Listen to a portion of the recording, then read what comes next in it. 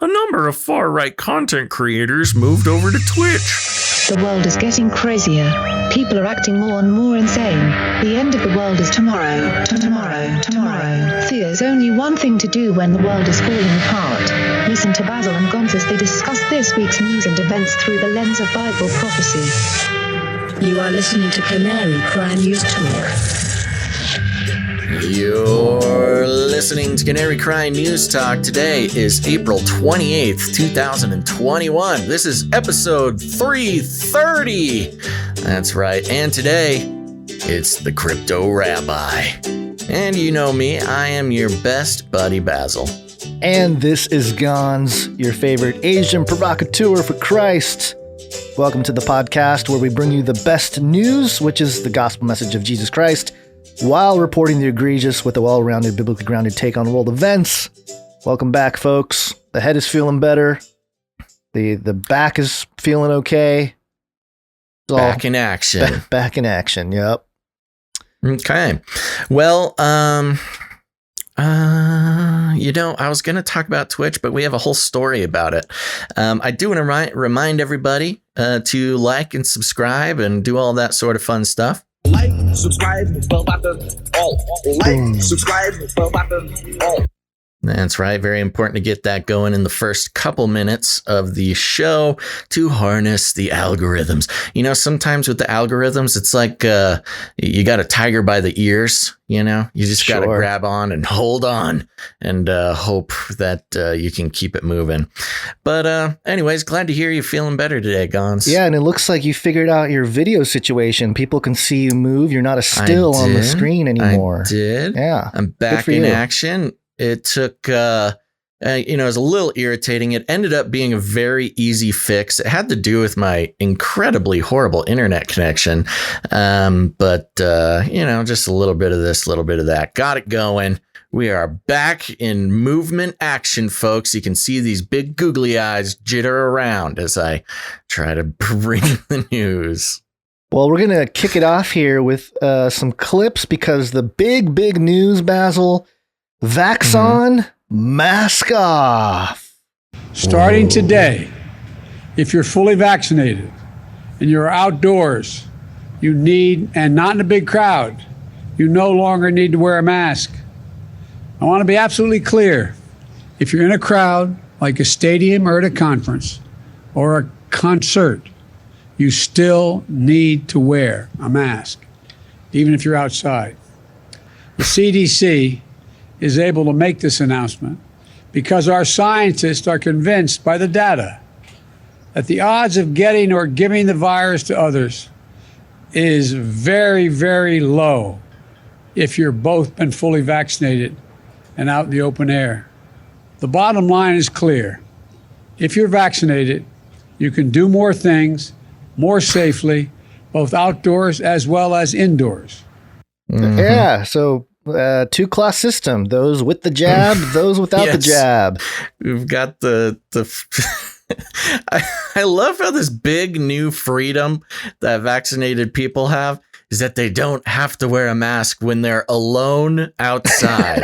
It's like, dude, nobody is wearing a mask if they're alone outside.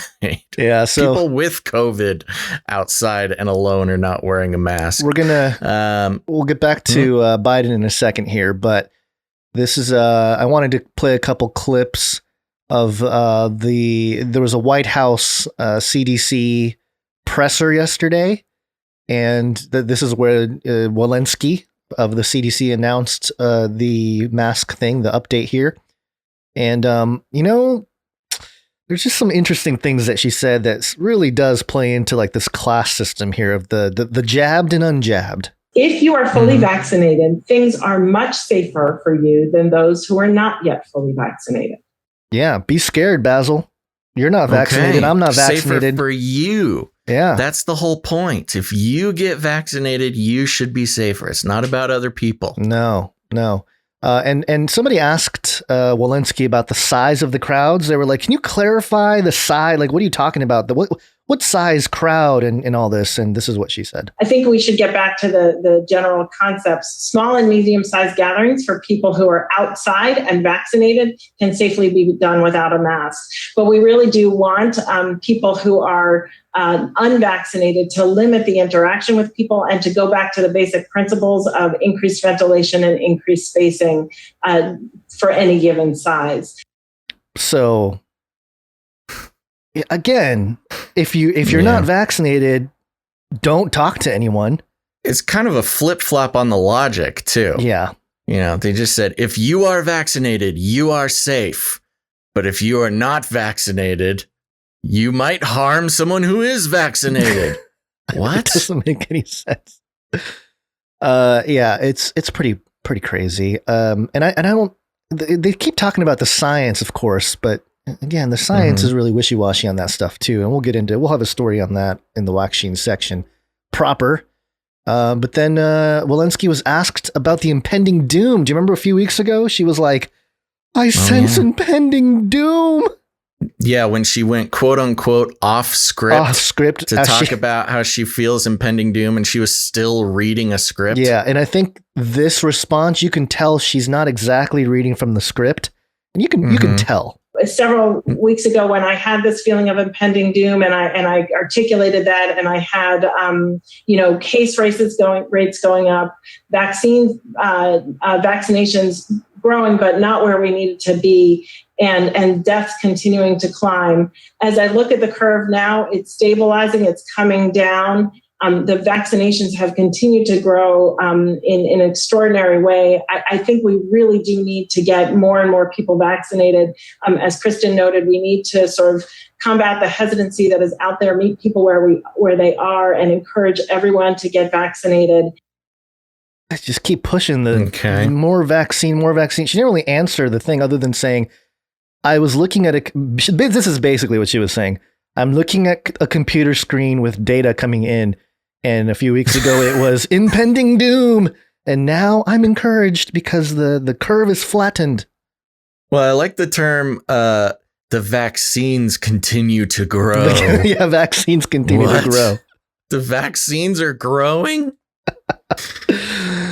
Yeah, I got. The whole team needs to stay on script. Part of it, too, I don't know what the internet connection is with the CDC and these government officials, but there was a few times when it was cutting in and out. And it's like, look, if you and I can do a live stream, and, we've had our issues with our streaming, we've had to kind of drop the bit rate and stuff like that.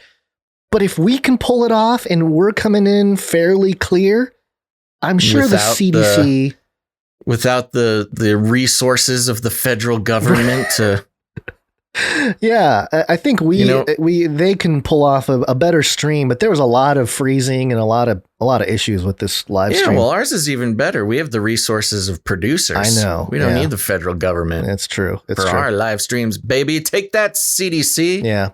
Walensky. Here's a 15-second clip of Biden. Really, he's speaking to you and I, Basil, and anybody out there who has not gotten the vaccine. For those who haven't gotten their vaccination yet, especially if you're younger or think you don't need it, this is another great reason to go get vaccinated. Now. Now. He does that thing. I think he thinks he's sounding earnest and like patriarchal, but fatherly. Like he's giving a fatherly urge. But it, just really makes me want to, I don't know, go smoke crack or something. Okay, low blow. I'm sorry. Whoa. That was a low blow. Hey. I didn't mean that. He was joking, folks. It was a joke. It's a joke. Hey, easy.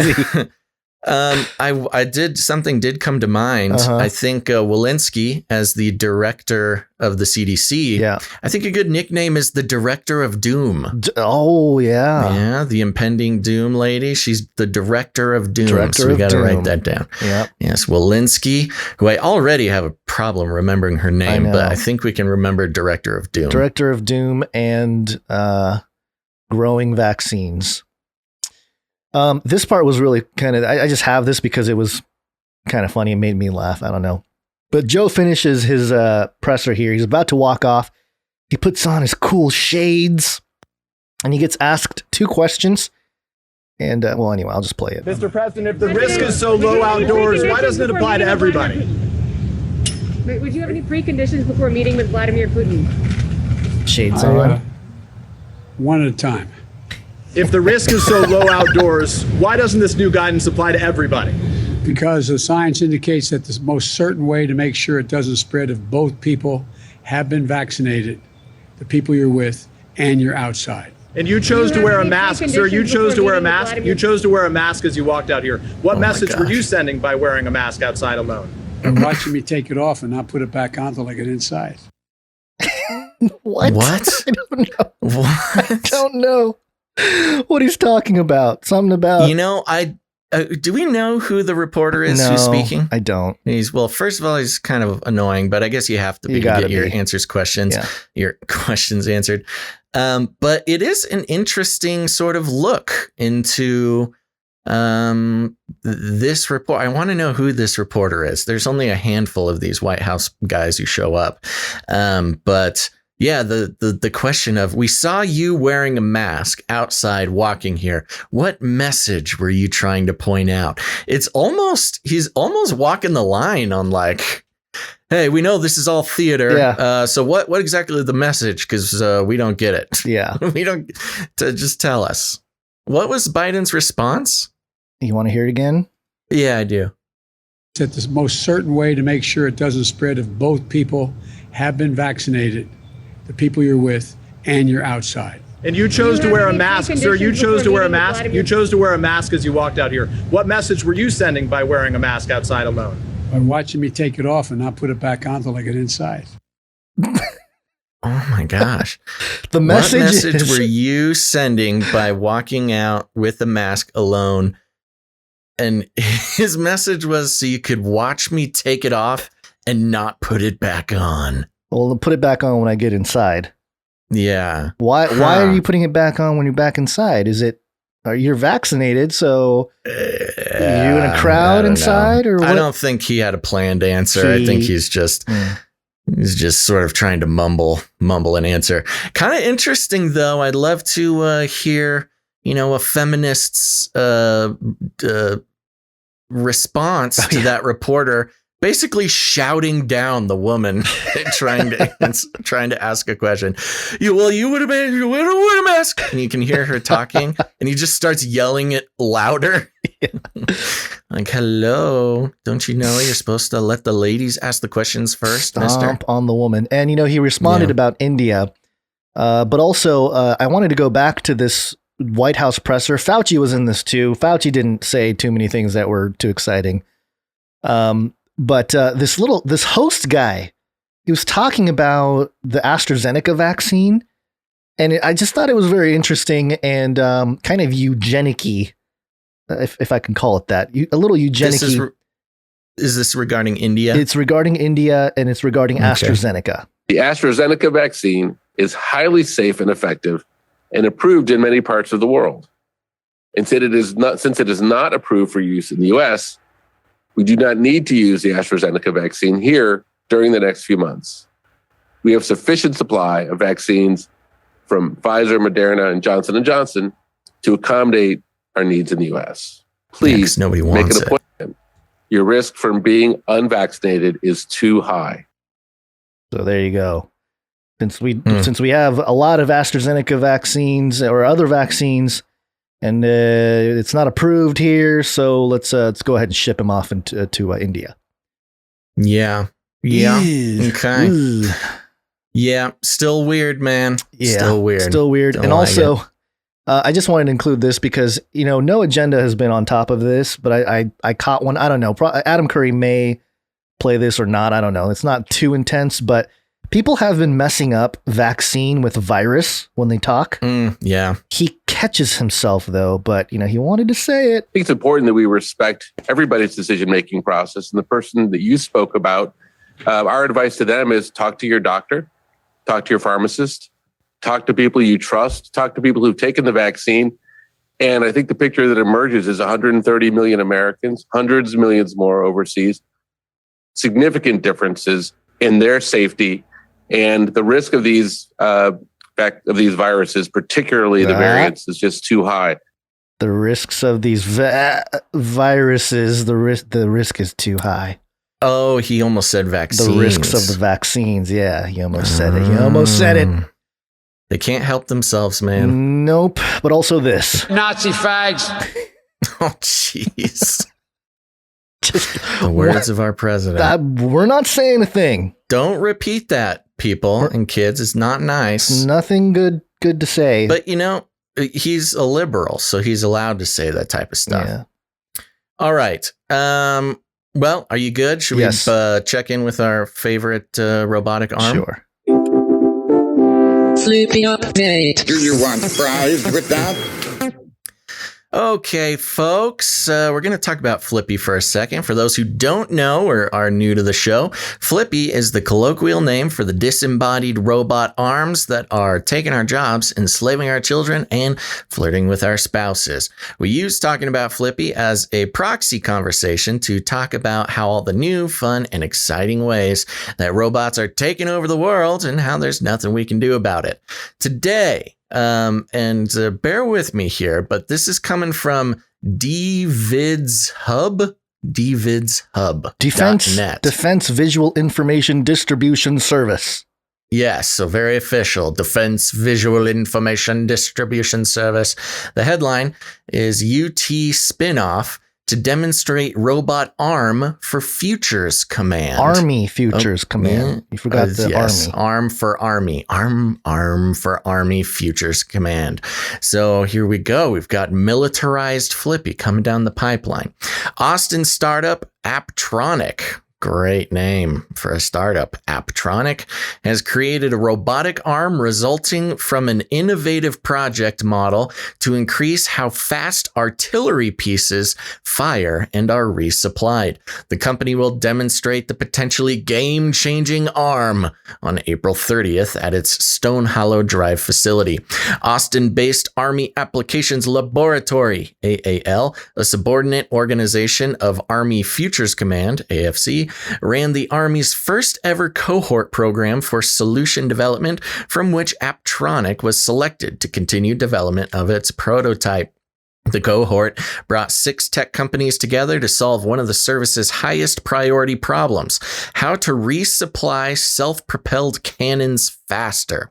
AAL's approaches to incentivize industry work with the Army have resulted in record-breaking numbers of applications from businesses like Apptronik and a number of Army firsts. AAL's Field Artillery Autonomous Resupply Cohort model is one of the ways that the Army Futures Command engages tech companies to find solutions for the Army's modernization efforts.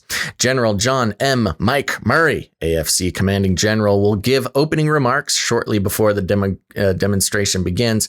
During the event, Apptronik will showcase the prototype's ability to grasp and lift multiple inert artillery rounds and backup manual controls soldiers can use if the autonomous controls do not work. Oh, geez. Okay. Well, at least they've got a backup plan if Flippy goes haywire. According to the Apptronik team, their robotic arm weighs approximately 200 pounds and can lift well over its own weight in munitions and autonomously resupply the Army's artillery ammunition supply vehicle. Quote, "We are very excited to see the continued evolution of Apptronik's robotics capabilities that have grown out of the actuator technology originally developed for the likes of NASA and others. Now, that technology has enabled another breakthrough in robotics with our large-scale logistics arm for robotic arm ammunition resupply, RAAR, or RAR, said Apptronik co-founder and CEO Dr. Nicholas Payne, who started the firm in 2016 after working at the University of Texas at Austin's Human-Centered Robotics Lab. Oh, he went from human-centered robotics to human-killing robotics overnight. That's pain. Great. Pain. There's not much more sort of, let me hit this one. Okay. Apptronik developed this prototype in only 9 months of a 2-year contract Payne said the arm being demonstrated is a breakthrough that will continue to enable new applications not previously possible and is the foundation for Apptronik's work on the next generation of mobile artificial intelligence-based robots. He said Apptronik's mission is to develop robots for the age of AI that will do the work humans don't want to do, like loading up missiles.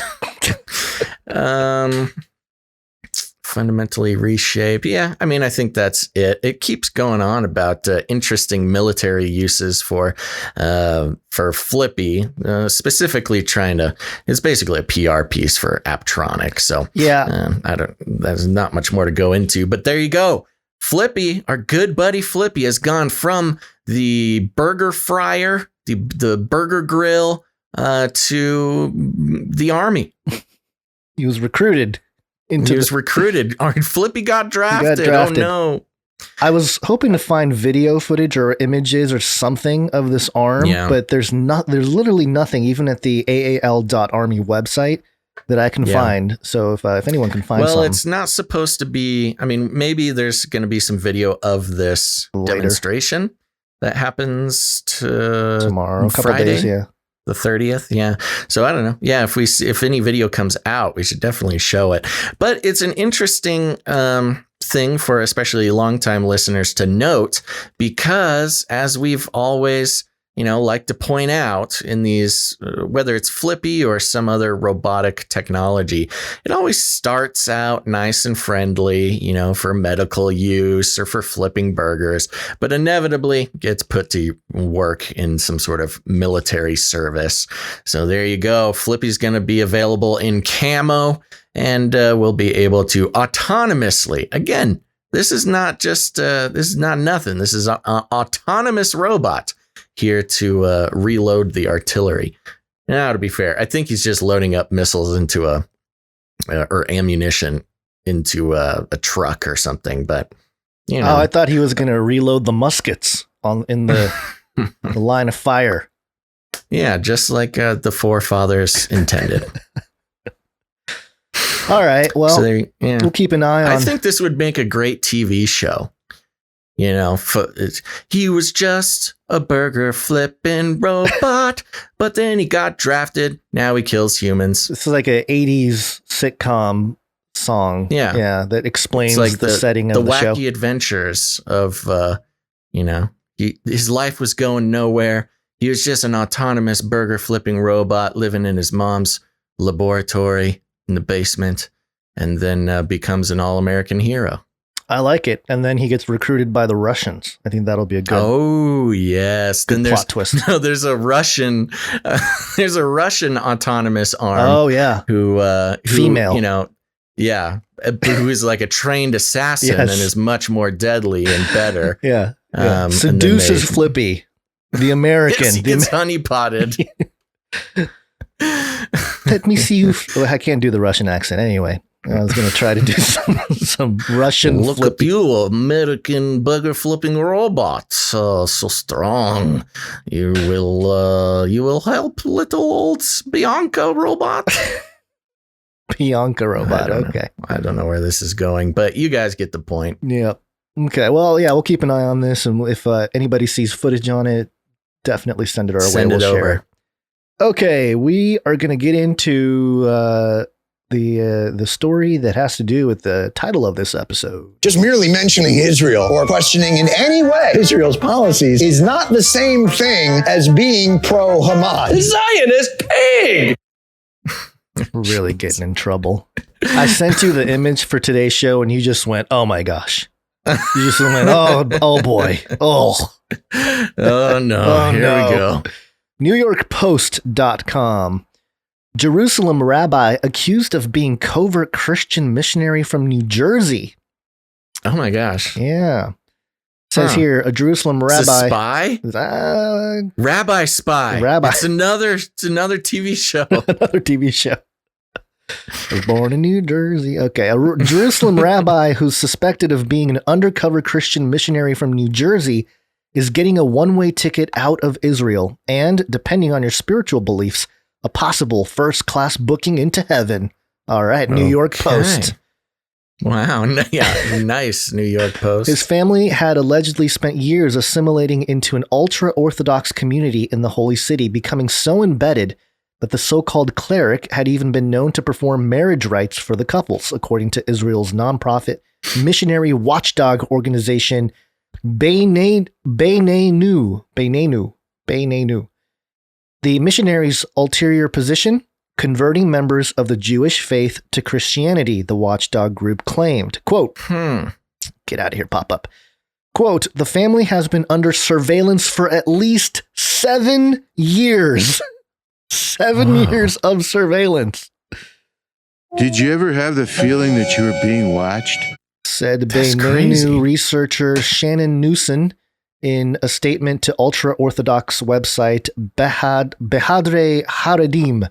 Quote, we've been investigating the case of a covert missionary in French Hill for many years, but moved to expose him now due to, quote, due to one of the missionary's children proselytizing in school.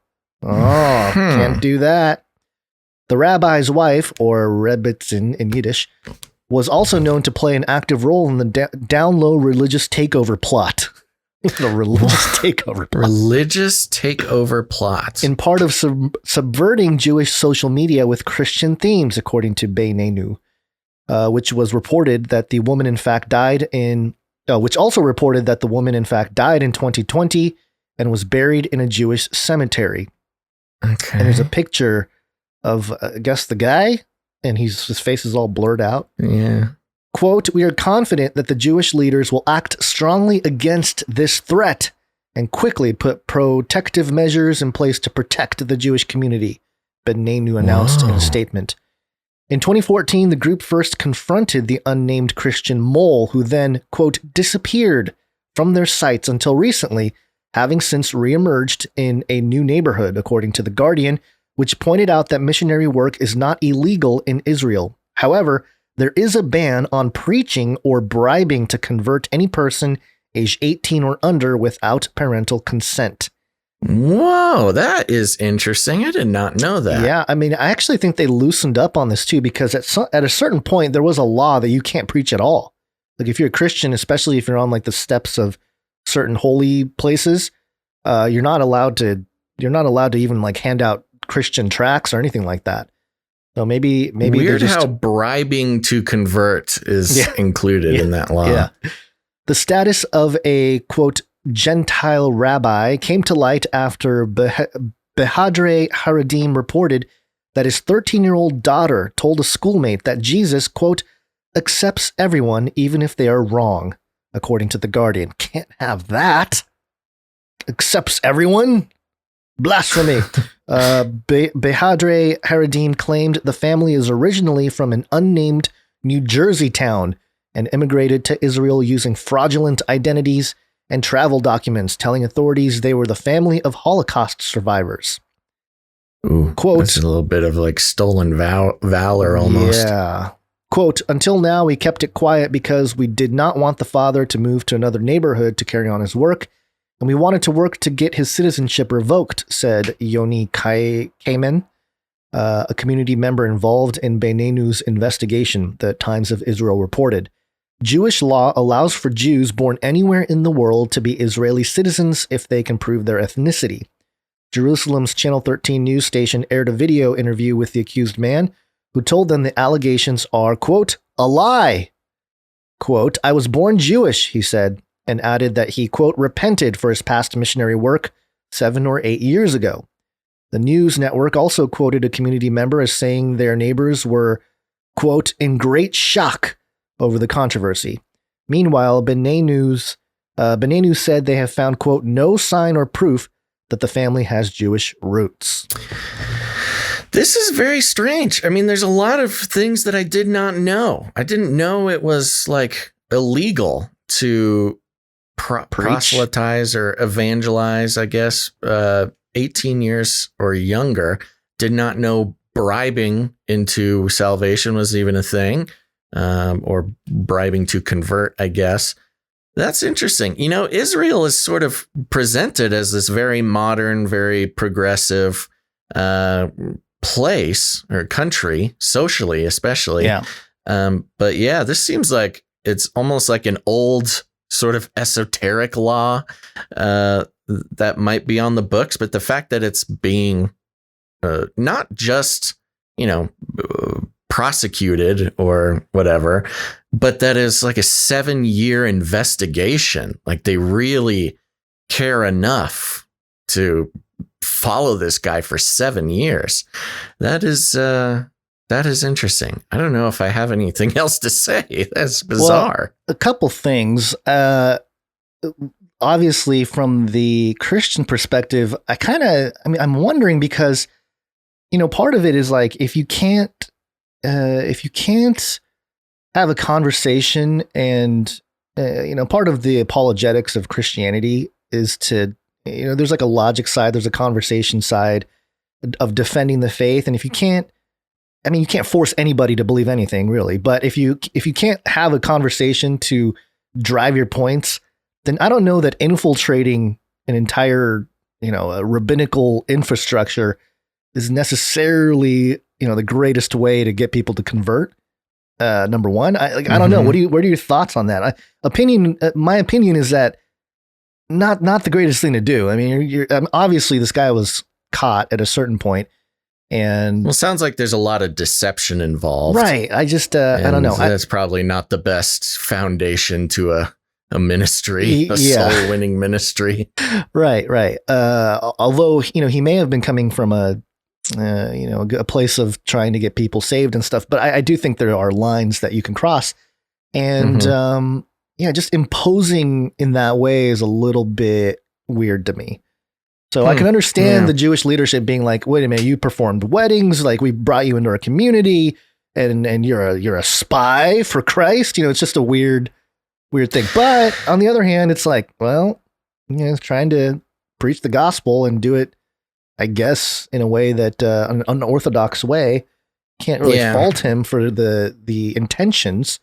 Well, I mean, the law saying that it's illegal to preach to, preach with the intention to convert somebody who's under 18. If you imagine that in the United States, it's like, I think a lot of people sort of have their first introduction to Christianity, maybe when like their friend invites them to a youth group or something. Right.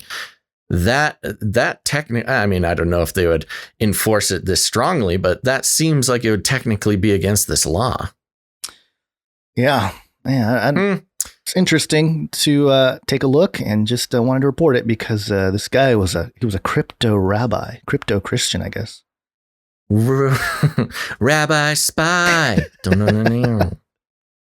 Interesting. I mean, well, the other part, well, just to wrap it up here, the other possibility is that if he did find something, nefarious going on in the rabbinical leadership, then it would be another reason to get, they're doing some. Well, that would be a whole nother thing. Yeah. I mean, maybe he wasn't necessarily there to do the preaching. I mean, maybe he is doing some sort of other spying. Yeah, he's an he's an intelligence guy posing, and he just happened to be a Christian from New Jersey, and he got called out, that's or a good point. The Mossad found out, and it's going to be a whole. Could be CIA or something. That's what I'm saying. CIA guy embedded in the rabbinical system, and maybe they are generally Christian, and the kid just let it out at school or something. Yeah, maybe they thwarted a CIA plan. Yeah, it's possible. Do you know anybody from New Jersey, or have known anybody from New Jersey?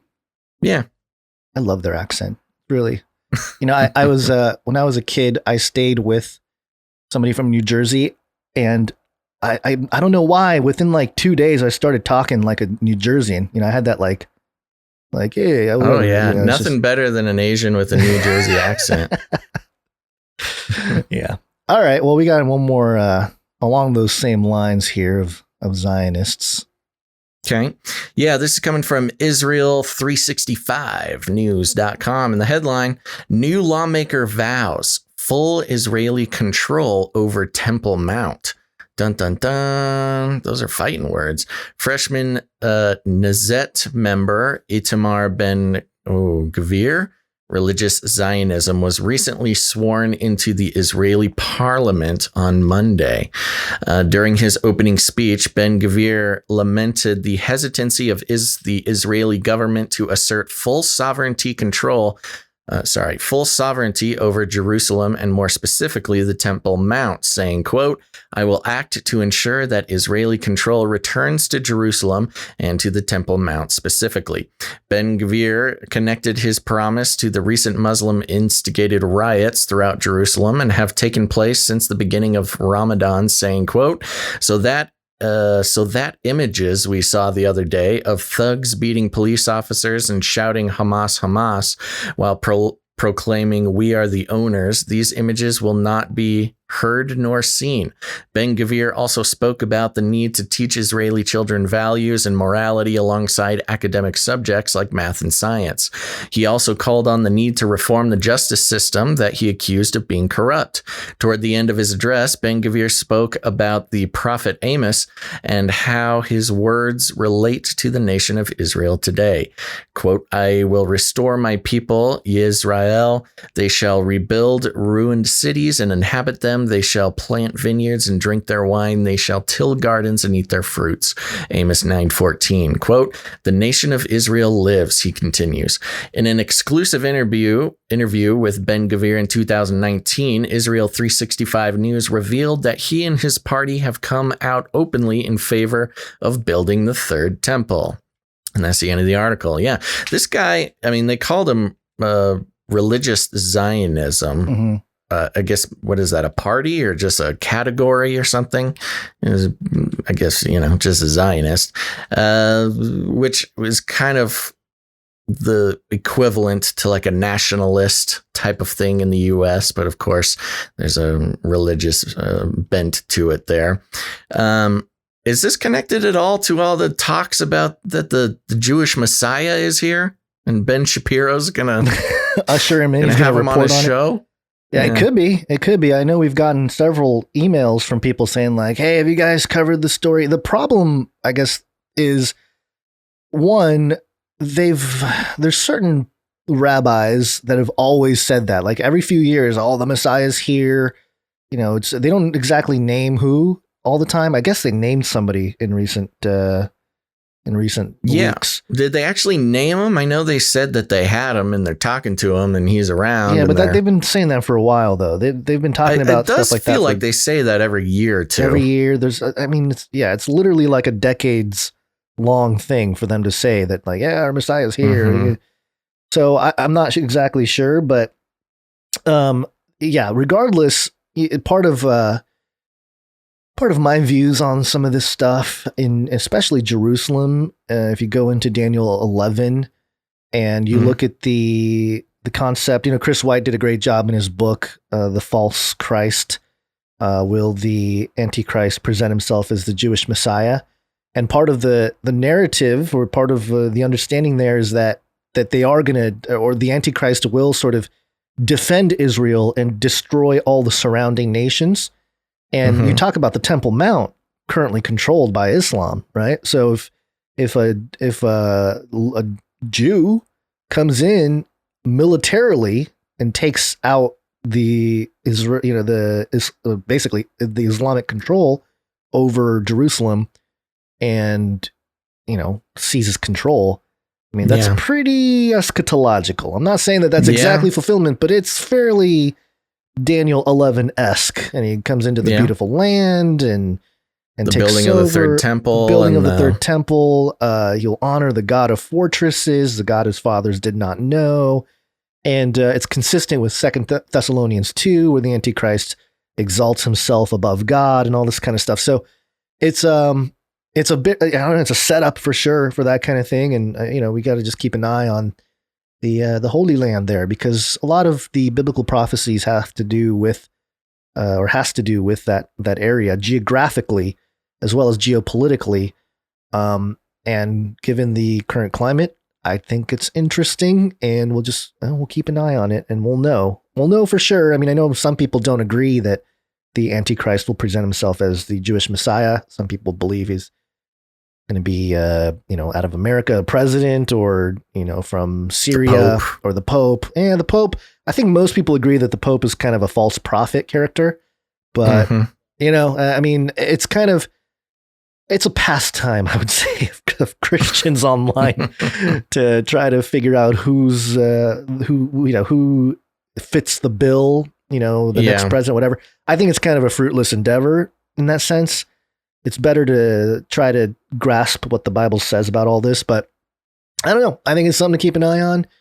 And given the combination of this story and the rabbi from Jerusalem being ousted, I don't know, starting to sound like a pretty epic Bible-related TV action drama, Well, Gon, speaking of fruitless endeavors, let's talk about the WACCINE.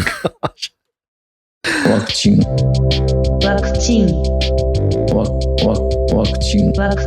We're taking things that are genetically modified organisms and we're injecting them in little kids' arms. We just shoot them right into the vein, Shoot them.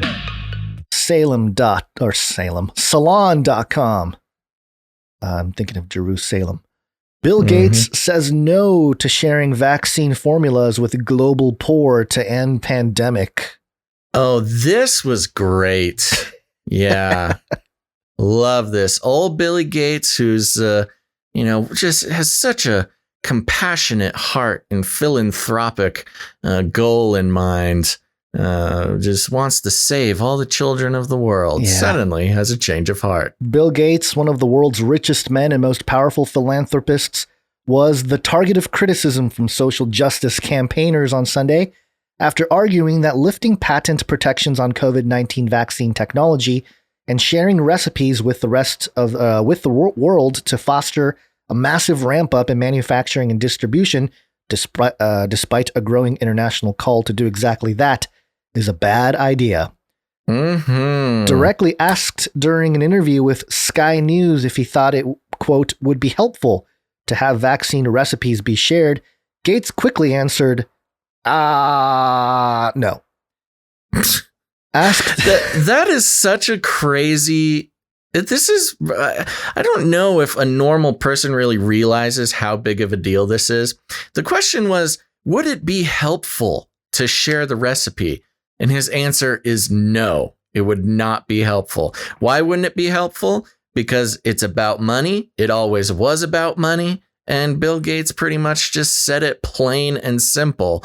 The whole vaccine thing is about money, not actually about saving people. Yeah, and this is actually directly against what Biden said in the presser yesterday, because he was talking about, we want to send out the technology for people to build their own vaccines, and ultimately we want to send out the vaccines too. So that was part of his speech. So little turmoil up in the ivory towers there. Asked to explain why not, Gates, whose massive fortune as founder of Microsoft relies largely on intellectual property laws that turn his software innovations into tens of billions of dollars in personal wealth, said, quote, well, there's only so many vaccine factories in the world, and people are very serious about the safety of vaccines. And so moving something that had never been done, moving a vaccine, say from a Johnson & Johnson factory into a factory in India, it's novel. It's only because of our grants and expertise that can happen at all. End quote. Which is not an answer. No, it's not. It's not an answer. It does not answer the question. The reference is to the Serum Factory in India, the largest such institute in the country, which has contracts with AstraZeneca to manufacture their COVID-19 vaccine, known internationally as Covishield. Covishield. The thing that's holding, quote, things back in terms of the global vaccine rollout, continued Gates, quote, is not intellectual property. It's not like there's some idle vaccine factory with regulatory approval that makes magically safe vaccines. Oh my gosh, the irony. I know. You've got to do the trial on these things. Every manufacturing process needs to be looked at in a very careful way. Yeah, and we couldn't possibly do that. So no, we won't share it with anybody. It's like Yeah, it does need to be done in a very careful way. Have we done that yet? What's the deal? Well, according to Fauci, the speed at which we were able to roll out the mRNA vaccines is not because we just did it on the fly, but because of decades of research that have been done. Right. Yeah. Critical advocates for robust and immediate change to intellectual property protections at the World Trade Organization when it comes to the COVID-19 vaccines, however, issued scathing indictments of Gates's defense of the status quo. Now, this is pretty wild. This is like the World Organization's turning on Gates. I wonder if this is a way for them to get rid of, because Gates obviously, having him at the forefront of the messaging has not worked. Right. So this could be their way of let's get him out of here. So what it is, and this is something that needs to be kept in mind, especially people who are paying attention. There seems there's a tendency to say that your pro-vaccine Democrat friend is in league with the elites in order to take over the world with vaccines, or whatever version of that, kind of comes to mind. Bill Gates and those like him are using people. They're using ideological lines and exploiting divisions and generally good-hearted people that believe that, they're saving the world by getting their own vaccine or telling other people to do otherwise. It's just a sort of ideological group that Gates is using in order to get the vaccine out there, to secure the economic benefits of being Bill Gates and connected to the vaccines. He said himself, I forget what it was. It was like the profit, you can profit $22 per dollar on vaccines, on vaccine investments and things like that. Yeah. And of course, he has a big hand in the whole Moderna popularity and some economic connections, but at risk of fake news, I won't bother going through them. But yeah, this is as happens occasionally. An elite person will use and manipulate a group of people, but when they don't follow through, when they don't walk the talk, these human beings have a tendency to call them out on their nonsense. Yeah. There's a tweet here from Dr. Tara Van Ho. It says, Gates speaks as if all the lives being lost in India are inevitable, but eventually the West will help, when in reality the US and UK are holding their feet on the neck of developing states by refusing to break TRIPS protection. It's disgusting. Yeah. Dr. Interesting. Tara Van Ho, what she should have done is, instead of feet on the neck, she should have done knee on the neck. Well, I kind of thought that's what she was doing. I think she was trying to, but she should have said knee. Yeah.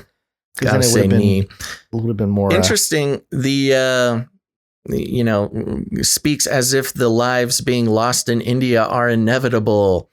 That's exactly what they said about Trump. When he said it's unfortunate, but people are going to die. It's a pandemic that sort of happens. And they're like, oh my gosh, he just wants everybody to die. Yeah. Well, now Gates is in well, they need somebody to hate. Maybe that's Bill Gates is the next Trump in terms, in terms of scapegoating, the media's bad guy, the boogeyman. That would be a delicious turn of events. If only I could be so optimistic. Nick Dearden, executive director of Global Justice Now, one of the lead partner groups in an international coalition calling for WTO patent waivers, at a crucial meeting of the world body next month, characterized Gates's remarks and the ideological framework behind them as disgusting. Who appointed this billionaire head of global health? Asked Dearden. Oh yeah, he did. Hey, I love how these generally liberal people and organizations are finally. I mean, you could have lifted that quote straight from Canary Cry episode. Not just Canary Cry, but the entire community of anti-vax skeptic people. I tried to tell you. They've been saying that for since this thing started. Literally, the people on my timeline have been like, "Who made Bill Gates the boss of all this stuff?" Right. Interesting. And now Global Justice Now. Yeah, they're stealing the thunder of the truthers there. Journalist Stefan Birani, who on Saturday wrote an in-depth Guardian column on the urgent need for the patent waivers and technology sharing, offered a similarly negative view of the billionaire's, quote, awful arguments against sharing the vaccine technology. Gates charged Birani, quote, acts like an optimist, but has a truly dismal vision of the world. I mean, they're really going after him. This is pretty. How is that even a comeback? Like, I don't know. No, it's not necessarily a dismal vision of the world. It's a dismal vision of you, Billy. During the Sky News interview, Gates said it was, quote, not completely surprising that the richest nations like US, UK, and others in Europe vaccinated their populations first. He said that made sense because the pandemic was worse in those countries. Why was it worse in the more rich countries? Mind control. Yeah. But said he believed that, quote, within 3 or 4 months, the vaccine allocation will be getting to all the countries that have the very severe epidemic. You can watch the full interview here. The E word, not the P word. Yeah. He's trying to change epidemic. it up. The very severe epidemic. The very severe epidemic. This is just like trying so hard not to use the word pandemic. Yeah, I don't know. That's very strange. Very strange, and but also not surprising. They need somebody to kick around. And I think they probably did some like surveys as well of how the liberals and progressive, how much they actually liked Bill Gates. And I think a lot of people were like, not the biggest fan of Bill Gates. Well, yeah, I'm glad that they're starting to wake up about it, because of course you've got those like the Bernie bros or something. The billionaires should not exist, right? Oh, except for Bill Gates, because he's great and saving the world, and I do everything he tells me. He's such a great person. He's the best philanthropist in the world. Yeah, philanthropist is like I don't know. I feel like anybody who's labeled themselves philanthropist is doing so just to avoid. Because usually they're rich, elite people. They just want to get the points. It's social justice points, just like anything else.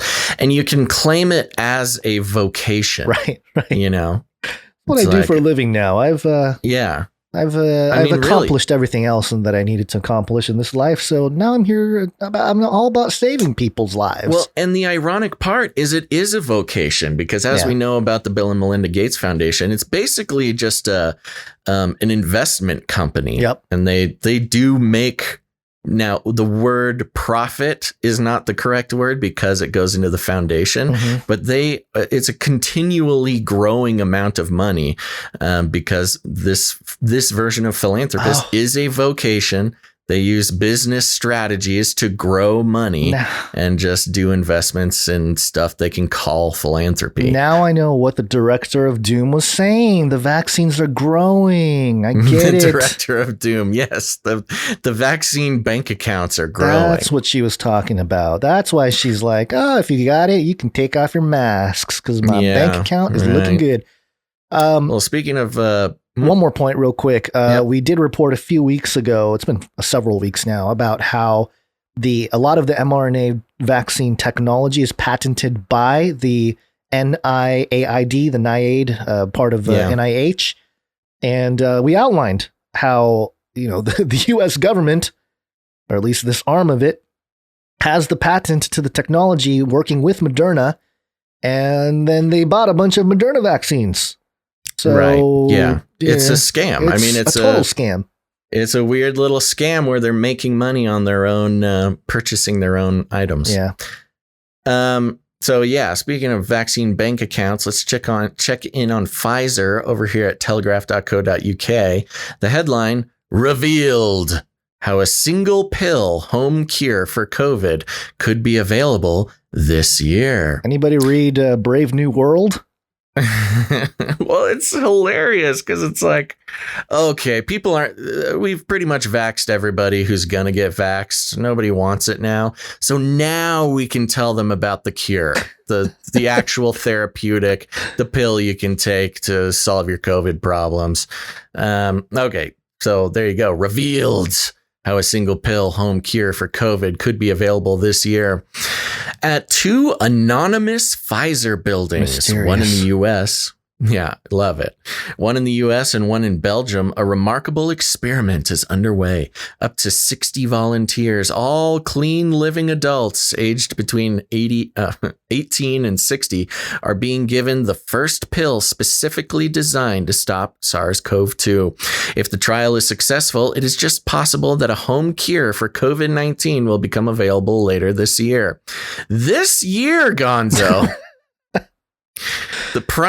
Hey, what does it mean to be clean living adults? Is that like they shower every day or what? Means, yeah, I know. I'm assuming in this context it means like not drug addicts or something. But yes, that's a vague term and could mean any number of things. Yeah. The Prime Minister, who announced the formation of a UK antivirals task force last week, specifically to invest in such products, will no doubt be scanning his text messages for early updates. The molecule being tested is a bespoke antiviral codenamed PF07321332. 332232. Great code name, by the way. They can that'll really catch on. Yay! Did you get the PF07321332? Totally, bro. It's like a I don't know, weird social security number. Classed as a quote protease inhibitor. It has been formulated to attack the spine, in quotes, of the SARS-CoV-2 virus and stop it replicating in our noses, throats, and lungs. It was protease inhibitors and that turned the tide on the spread of HIV in the UK and around the world. Now researchers hope they may be on the brink of a similar pandemic-busting breakthrough. Interesting about these protease inhibitors and HIV because you don't hear it so much lately, but in a lot of the breakdowns of the COVID, they found what I don't want to mischaracterize it, but I think it's inevitable because I'm not a antiviral scientist. But wasn't there like mechanisms within SARS-CoV-2 that resembled HIV mechanisms? Yeah, people were testing positive for HIV when they were being tested for COVID. So there's some kind of connection there. And I think I remember John C. Dvorak of No Agenda kind of jokingly mentioned it. And then like a few weeks later, they were like, oh yeah, for sure, HIV. It's got the same. I don't want to misspeak either. I don't know either. It's some sort of mechanism that, yes, people were getting false positives on HIV tests because of COVID. Alternatively, I don't know if did we cover the story where women who were getting the vaccine were getting false breast cancer tests? I didn't see that one. Oh, all these radiologists, these women were getting the vaccine and radiologists were seeing weird stuff in breast tissue. And so they are ordering biopsies, which is a very painful thing to do to the breast. Just real quick, just to interject before you go on here, I found this. This is from April 27th. So this is from yesterday, medicalexpress.com. Should COVID-19 testing programs also screen for HIV? In the first sentence here, the COVID-19 pandemic may be facilitating the spread of HIV, but combined screening programs could reduce the spread of both viruses, according to recent research. Yeah. How would it be facilitating the spread of HIV? You're not allowed to be outside next to somebody with your mask off. How are you getting HIV from somebody? I don't know. It's the great mask debate. That's complete poppycock. Yeah. So anyways, with this, maybe we should actually bring an actual article, but yes, the radiologists were seeing weird stuff in breast tissue, ordering biopsies, which are extremely painful. And, the biopsies were coming back negative for breast cancer, but, they're giving out thousands of breast biopsies, which are just incredibly invasive procedures. Yeah. Anyways, just more weird stuff. The article continues. It was protease inhibitors that turned the tide on the spread of HIV in the UK and around the world. Now researchers hope they may be on the brink of a similar pandemic-busting breakthrough. Quote, if they have moved to this stage, they will be quietly optimistic, said Professor Penny Ward, visiting professor in the pharmaceutical medicine at King's College London and a pioneer in the development of Tamiflu, an antiviral that combats seasonal and pandemic flu. Quote, the question will be about how the drug is tolerated. They will be going like the clappers. Okay. I don't know what that means. Must be some UK thing. It sounds bad, but I'm assuming this is a good thing. If there's some UK listener in the I'm going to look that up because I don't think that means what it means in the US. Going like the clappers. Yeah. Okay. Go like the clappers. The origin, the term, it just means go very fast in a vigorous manner. The term isn't common outside the UK and is now considered rather archaic even there. It originated around the time of World War II as RAF slang. The earliest citation is from 1942, a newspaper that said, a pilot chased an enemy, goes like a clapper. Yeah, because even making that connection with World War II and soldiers being overseas, at least in the US, it sounds like they're spreading gonorrhea. And, you know, gonorrhea spreads fast, I guess. So maybe this, anyways. You got the clap. Okay, go ahead. Yeah. The antiviral pill was developed from scratch. Okay. That sounds like a... This is great. This is similar to the vaccine. Like, oh, we just magically created the thing. The antiviral pill was developed from scratch during the current pandemic. Dafid Owen, the director of medicinal chemistry at Pfizer, told the private symposium of the Division of Medicinal Chemistry last month. The first 7 milligrams of the compound, no more than a raindrop. Oh, he's a poet too. No more than a raindrop. Were made in late July. By late October, they had made 100 grams of the drug. Just 2 weeks later, they had more than a kilogram in the bag. It took 210 researchers to do it, said Owen. Pfizer is keeping stum. Oh my gosh. What is stum? Pfizer is keeping stum about the detail of the lab tests. Quiet. It has maybe it means like has to be that. Yeah. Keep stum to remain silent, not say anything. Okay. Yeah. The Telegraph. The UK really throwing us curveballs today. Yes. And this is like a cultural lesson as well as a...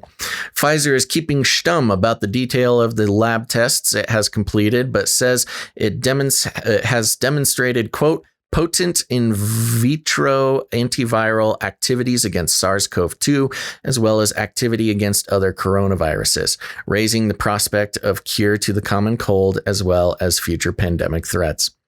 You know, it's funny because potent in vitro antiviral activity against SARS-CoV-2, I mean, that's a lot of things. In vitro, I mean, bleach is a potent in vitro antiviral activity. Yeah, Trump. Yeah.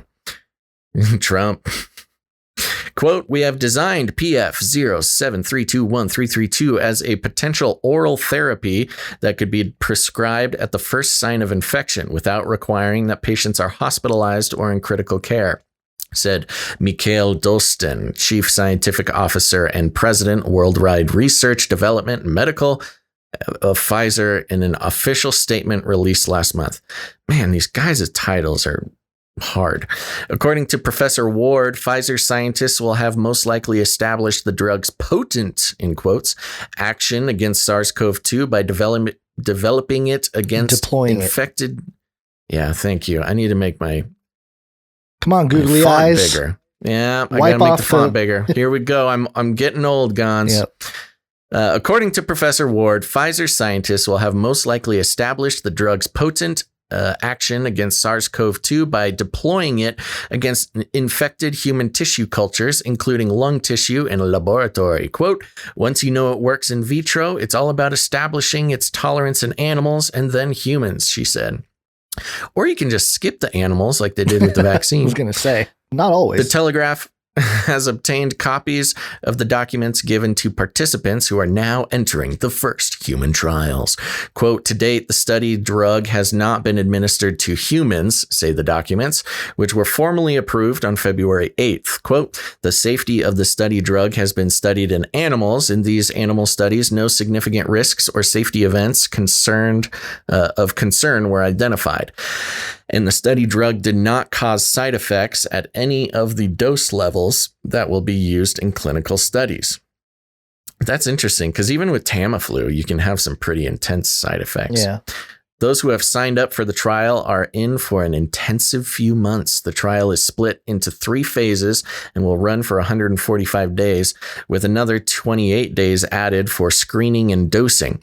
For all participants, there will be several overnight stays. Quote, you are here today as a possible participant in a drug research study sponsored by Pfizer Incorporated. Oh, gosh. Say the briefing documents. Taking part in this study is voluntary.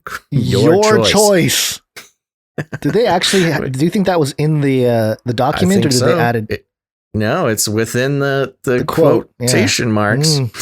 Yeah. So they just wanted. I mean, given Pfizer's dark criminal history. Yeah. And I say dark criminal history because that's what it is. Yeah. Criminal. Yeah. And that's not me just being mean. That's according to court documents. Court docs. Yep. Yeah. They just really want to make sure that these people know they are here on their own volition.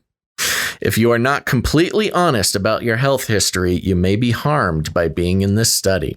The, quote, randomized, double-blind, placebo-controlled, single and multiple dose escalation study is designed to see how well or otherwise different dosing regimens are tolerated in humans while the active compound is maintained in the body. PF07321332 will be administered in combination with low doses of ritonavir, an antiviral used to treat HIV. It acts as a booster to increase the amount of PF07321332 in participants' blood. Okay, so they're combining it with the HIV treatment. Almost done here. Phase 1 of the trial is designed to see how it, quote, is tolerated as the dose is increased alone or with ritonavir, if there are significant side effects and how people feel after taking it, say the documents. Phase 2 will do the same, but with multiple doses, while in phase 3, tablet and liquid forms of the drug will be tested, as will the impact of eating on top of it. Every detail has been specified in advance. In phase 3, for example, a high-fat breakfast is defined as 2 eggs fried in butter, 2 strips of pork bacon, 2 slices of toast with butter, 4 ounces of hash brown potatoes, and 8 ounces of whole milk eaten in 20 minutes. That's a real American breakfast right there. Except only 2 slices of bacon. There needs to be more bacon. Bringing a new drug to market is a long and difficult process. Apparently not. And even if PF07321332 is found to be well tolerated in humans, formal phase 3 trials would need to follow to establish whether the drug worked against people exposed to SARS-CoV-2. Professor Ward has also warned of more practical problems. The antiviral Tamiflu that she helped create costs about $25 a course. And is still not widely prescribed in the UK against seasonal flu because of its price tag. $25 to avoid the flu. Is it dollars or pounds? What's that? Well, it's pounds, but they're similar. They're similar right now. I don't know. I'm not saying $25 is nothing, but to not lose a week or 2 of your life in agonizing pain, it's not the worst thing in the world. Despite some 20,000 people dying of the disease in Britain each year. For Pfizer and PF07321332, it is a race against time, she said. They not only need to produce the drug that works, but need to do it while SARS-CoV-2 still presents a major public health threat. Boom. There it is. Last sentence. They got to do it fast before COVID goes away, or else there's no money in it. There's no point. Yeah, this is, wow. Hilarious. That is hilarious. Just giving it away at the end there. It's tucked in at the very end of the article. We got to hurry up. We can't let COVID go away until we have this drug and can sell it.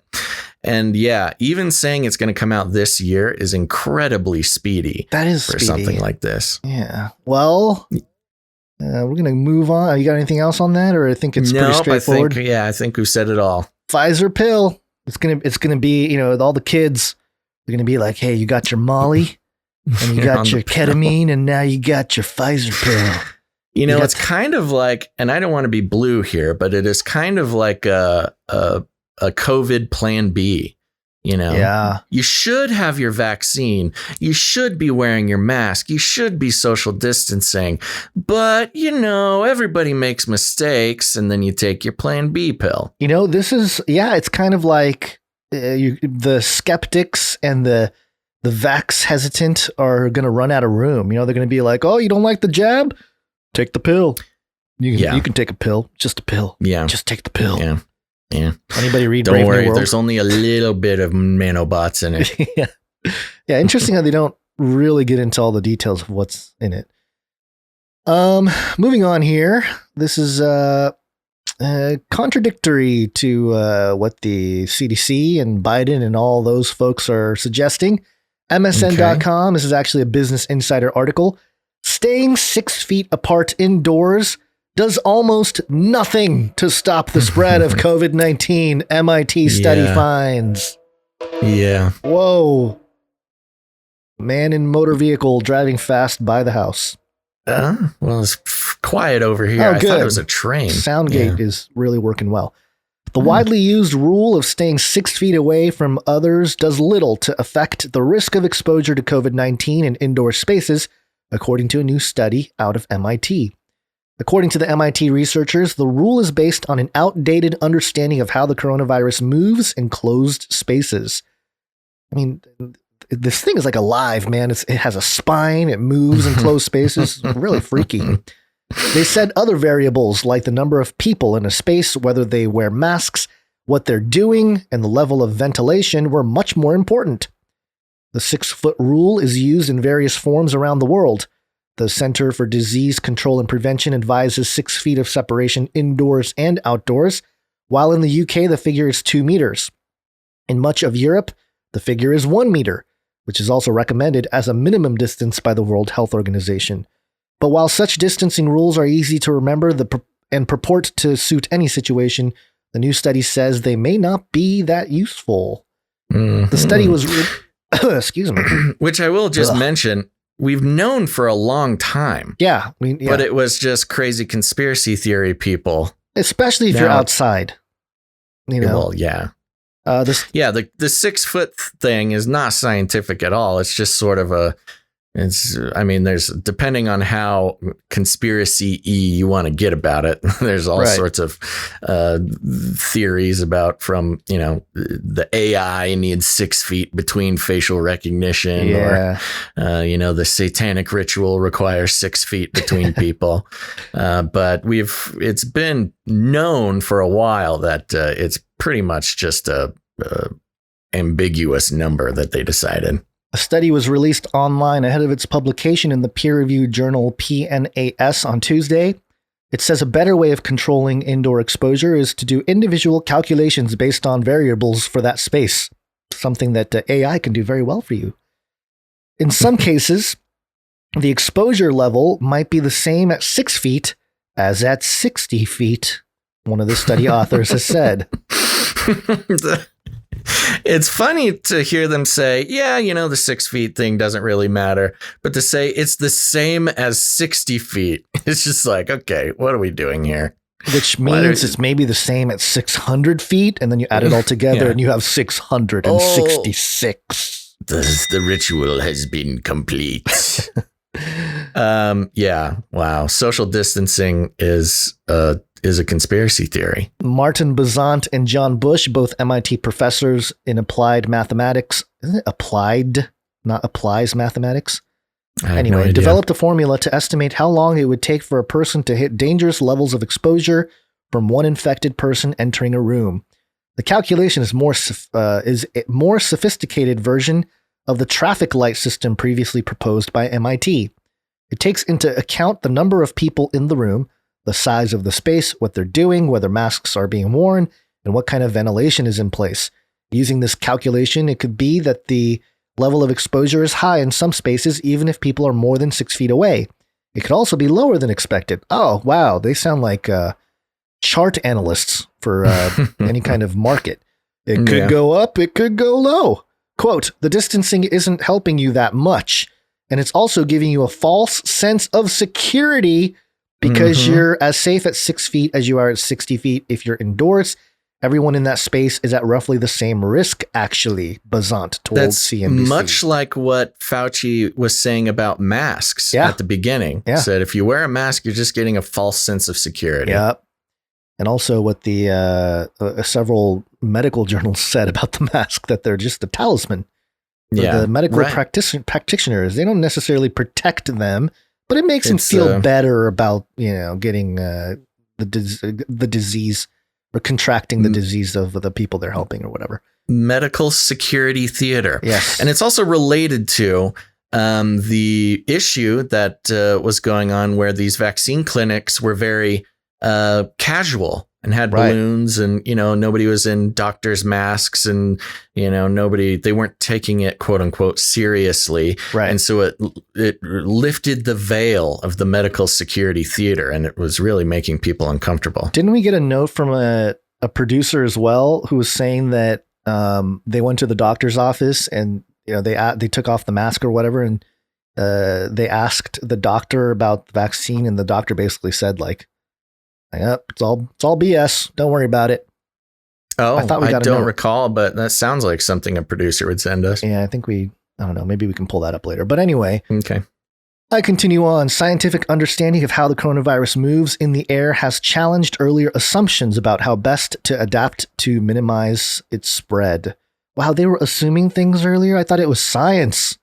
Science is truth. And also assumptions by scientists are also truth. At the beginning of the pandemic, it was widely believed that the virus traveled via heavier droplets ejected during exhalation, sneezing, or speaking. What? Oh, you were making noises. That was just my sound effects for the coronavirus shooting out of your mouth. Droplets ejecting during exhalation, sneezing, or speaking. But evidence has long suggested that the virus instead floats around on lighter aerosol droplets that can stay suspended in the air and travel much farther than first thought. In their calculation, the MIT researchers took into account the effect of having people in the room, their behavior, and how long the virus would stay suspended in the air. I'm picturing like a flying squirrel or something just up there like... In a calm environment, these particles would slowly drift to the ground, the researchers said in their study. But in an environment in which the air is moving around the room and people are talking, eating, singing, and sneezing, the drops can be suspended in the airflow and mixed throughout the room longer. The effect can be counteracted by ventilation or filtering to get the virus particles out of circulation in the room. A website made available by researchers shows how this model works in different scenarios. For example, if an infected person walks into a classroom hosting 25 people, none wearing a mask and all speaking, everyone would be at risk from the coronavirus within 36 minutes, the website says. It doesn't matter if you follow the 6-foot rule. By contrast, if all 25 people in that room were wearing masks, the air would be safe to breathe for 20 hours, it said. Oh, man. Now, real quick, why would it be safe for 20 hours if they're wearing a mask? If after 20 hours, does coronavirus die? Come through the mask or something? Oh, maybe. Or they're assuming that 25 people would stay in the room for 20 hours. And after 20 hours, the COVID molecules would have broken past the mask fortress. Yes. To escape, it just takes it 20 hours. Yeah, I don't know. It's all in the algorithm, obviously. Yeah, interesting. Thing to note here is they are saying social distancing means nothing, but the masks are still important. Right. If they were all singing without a mask, they'd be at risk from the virus within 3 minutes. That proper English? If they were all singing without a mask, They be at risk from the virus within 3 minutes. I don't think that's proper English. They be at risk, They man. be at risk. Public health bodies have started to acknowledge that the 6-foot rule is not a catch-all. In March, It sounds like a catch nothing. in March, the CDC advised that the 6-foot rule could be brought down to 3 feet in K through 12 schools. This weekend, the CDC also updated social distancing guidance for children in summer camps, saying they can be within 3 feet of one another, except when eating or drinking.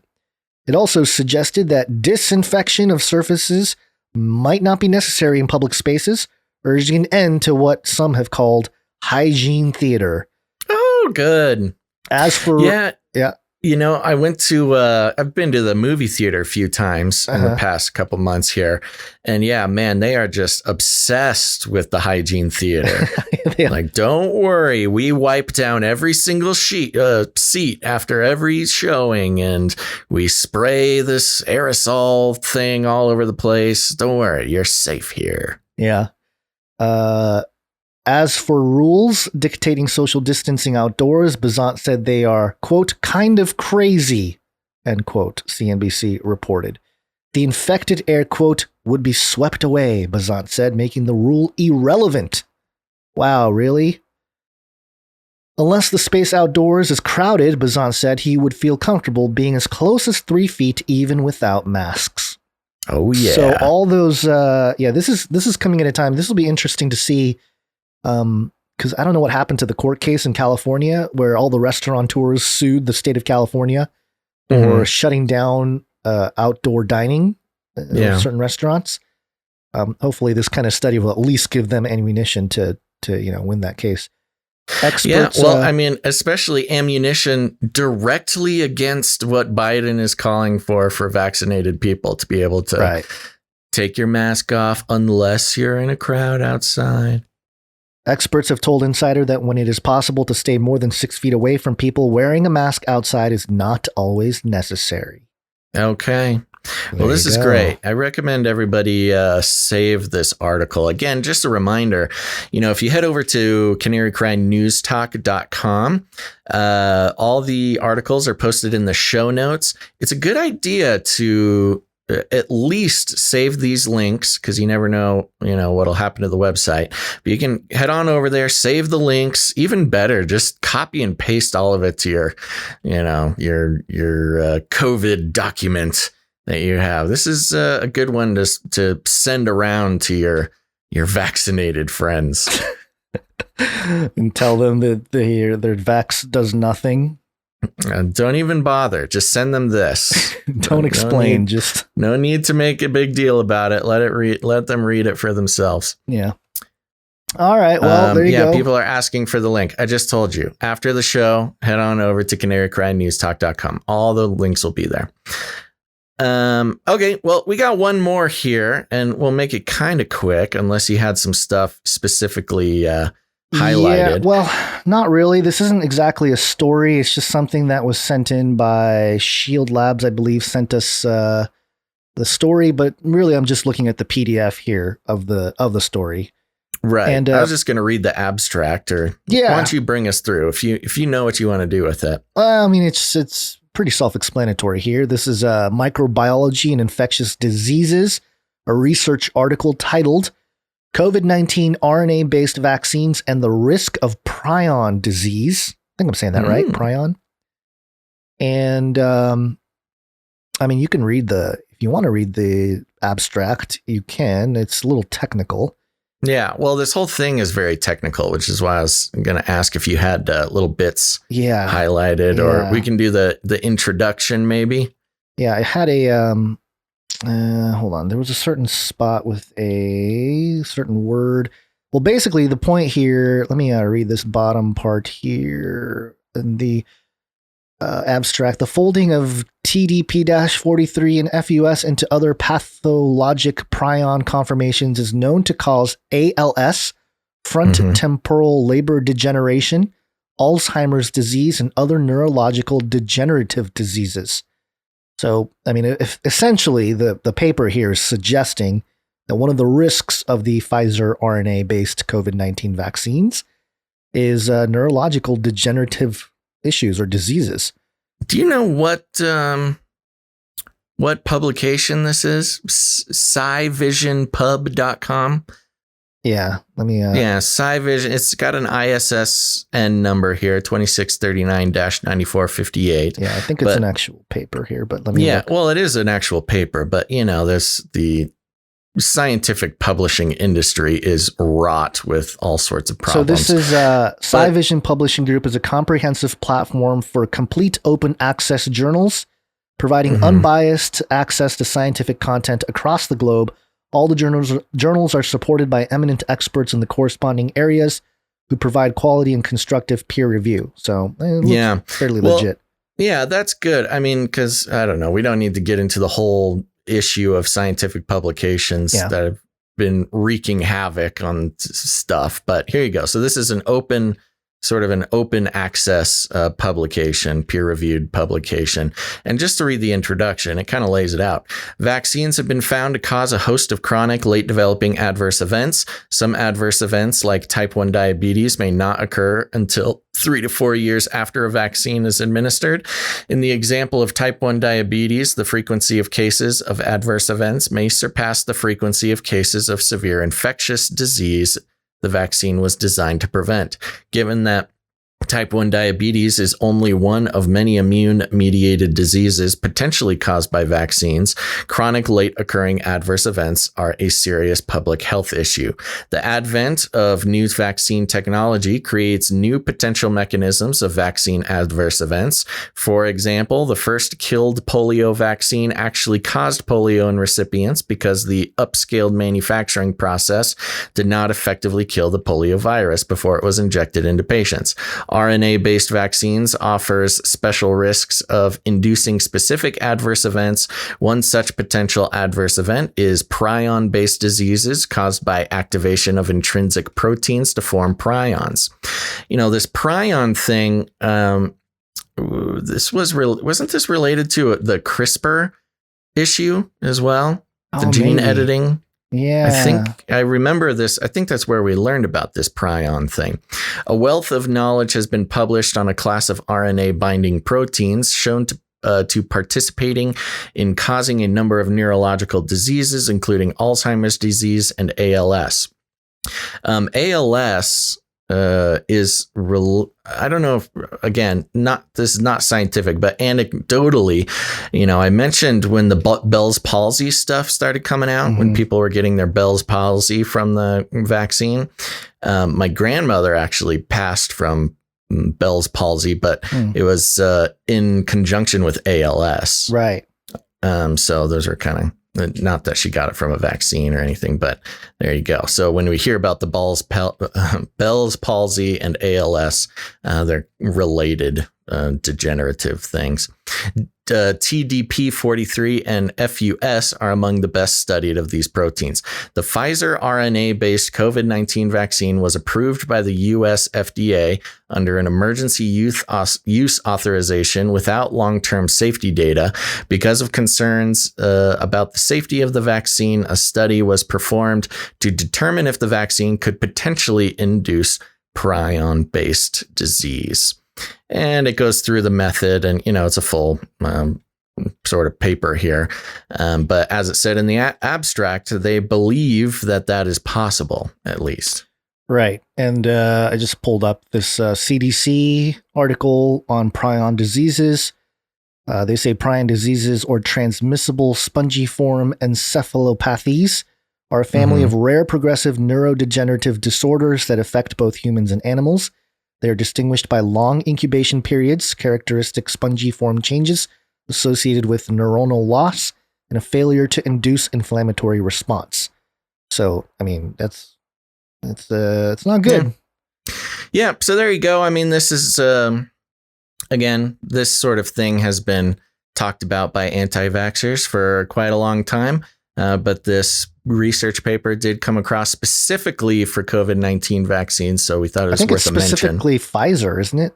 Yeah. Specifically the Pfizer RNA-based COVID-19 vaccine. And this was published back in, or at least it was received in December 27th, 2020, accepted in January 18th, 2021. So Yeah, I mean, it's been a few months, and I didn't hear about it much. I guess outlet does matter, certain outlets. Yeah. I mean, that's the thing. It's like I've referred to a couple times, the scientific publishing industry is a complete mess. Yeah. So who knows? But there is a movement kind of going towards these open source ones because there's a little bit less of a pay to play situation with the scientific papers. But again, the open source thing comes with all the problems with open source stuff. So, just not making any claims, just saying this is a paper that's out there and you can check it out if you want. Links will be at canarycrynewstalk.com. Cool. Well, all right. Take a break. Should we take a little break? It's break time. Come on, take a break. Okie dokie, folks. We're just going to take a short little break here, and it's going to be a good time. We're going to be thanking some producers, and that's right. I said producers because we are on the value for value model. And it's a very simple model, folks. You might notice we have no advertisements, no affiliate codes, no vitamin, protein, vitality supplements to sell you, nothing like that. The value for value model is so simple. It only takes me about 50 minutes to explain. But the short version is we create value. We do it 3 times a week and we try the very best we can. And if you get any value out of what we do, you have the opportunity or responsibility, depending who you talk to put some value back in. And that's the only way that the show keeps going. There's a couple of good things about this. Number one, we take no corporate money whatsoever. No money from Facebook, no money from YouTube, no money from what's the other one? Twitch, no affiliates, no partnerships, no nothing, folks.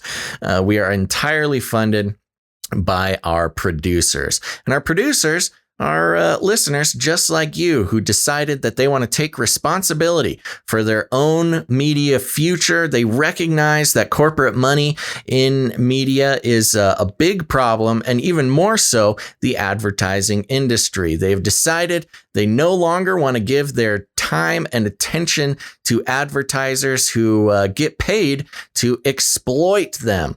And that's right. The advertising industry doesn't get enough attention for being such a corrupt, brainwashing, Hegelian dialectic exploiting industry that, decided, hey, we got people making cool media all over the place. We'll give them a little bit of money and we'll brainwash their entire listenership. So our producers are people who have decided not only to take responsibility and say, no, I appreciate that Basil and Gons are not packaging up my attention and shipping it off to advertisers for their own personal gain, but also I want to provide this show to have it continue even for people who don't become producers. So wherever you are, if you're in the chat, if you're driving your car, if you're all alone, or in a big crowd outside wearing or not wearing your mask, right now, let's give a big round of applause for our producers. Make sure to thank a producer today, or if you're alone, just thank God for the producers. We're so thankful for them. And Gons, there's a couple ways to do that. The first one is patreon.com/CCNT. And here's a little, I'm just going to do some refreshing real quick. As of last checking, I did not see any new producers on patreon.com/CCNT, but we also have patreon.com/Canary Cry Radio. And if you don't know, Canary Cry Radio is actually a different show. That's our interview style show we've been doing since 2012. Plenty of episodes for you to go check out there if you haven't done it. But we like to thank people who come in and support Canary Cry Radio at patreon.com/Canary Cry Radio. You're listening to Canary Cry News Talk, by the way, if you didn't know. But I do want to thank new producers, producer Gray Matters. Thank you very much, Thank producer you. Gray Matters. We also have a new producer, Kate P. Thank you very much, producer Kate. And Kate came in with $3.33 a month. Thank you very much. One of our monthly Illuminati handlers. I thought it was Caitlyn Jenner, but then I saw the P there and I was like, oh, yeah, okay. Not close one, Gons. Yeah, maybe Caitlyn all right. Penner.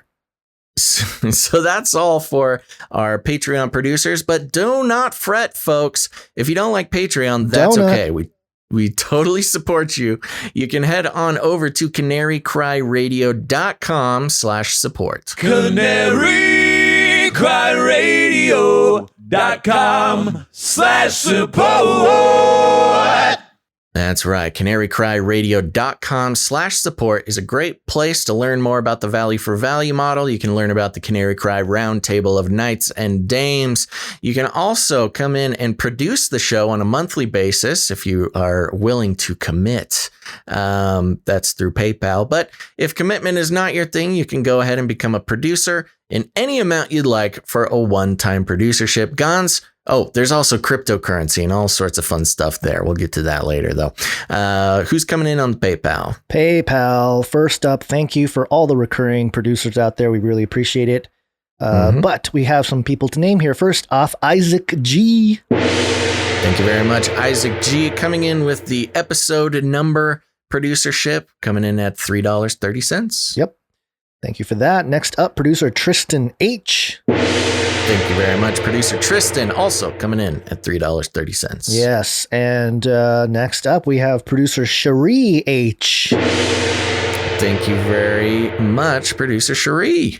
And she's also coming in at the $3.30 producership amount. Little note here, show number amount $3.30. Thanks for all you do.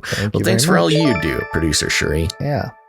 Okay, moving on here, we have producer Teresa H. Thank you very much, producer Teresa H. Always a pleasure. Yes, thank you. Next up, producer Matthew M. Ooh, thank you very much, producer Matthew M. Do we have any note about what this number means? I didn't see one offhand. Okay. Yeah. Well, for those who, while you look for that, I'll just mention, for those who are thinking about becoming producers, we always thank all of our producers.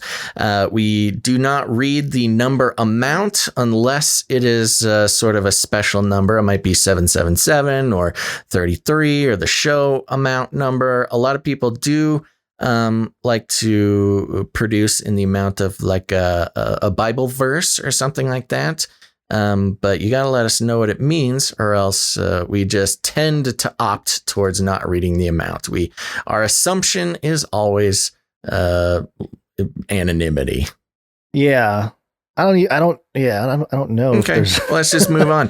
Producer Matthew, if there's anything you'd like to let us know about that number, you just send it on in. Yep. Email us. And we apologize if we missed it. I don't think we did, but it's possible.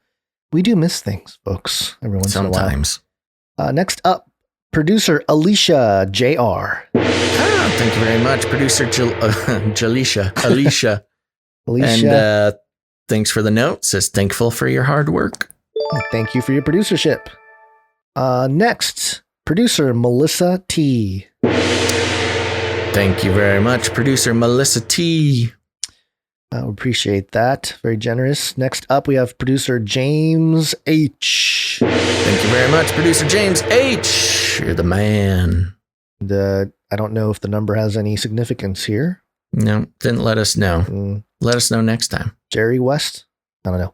Next up, we have producer Shield Labs. Thank you very much, producer Shield Labs, coming in again. Yep. I thought you were going to say something more. No.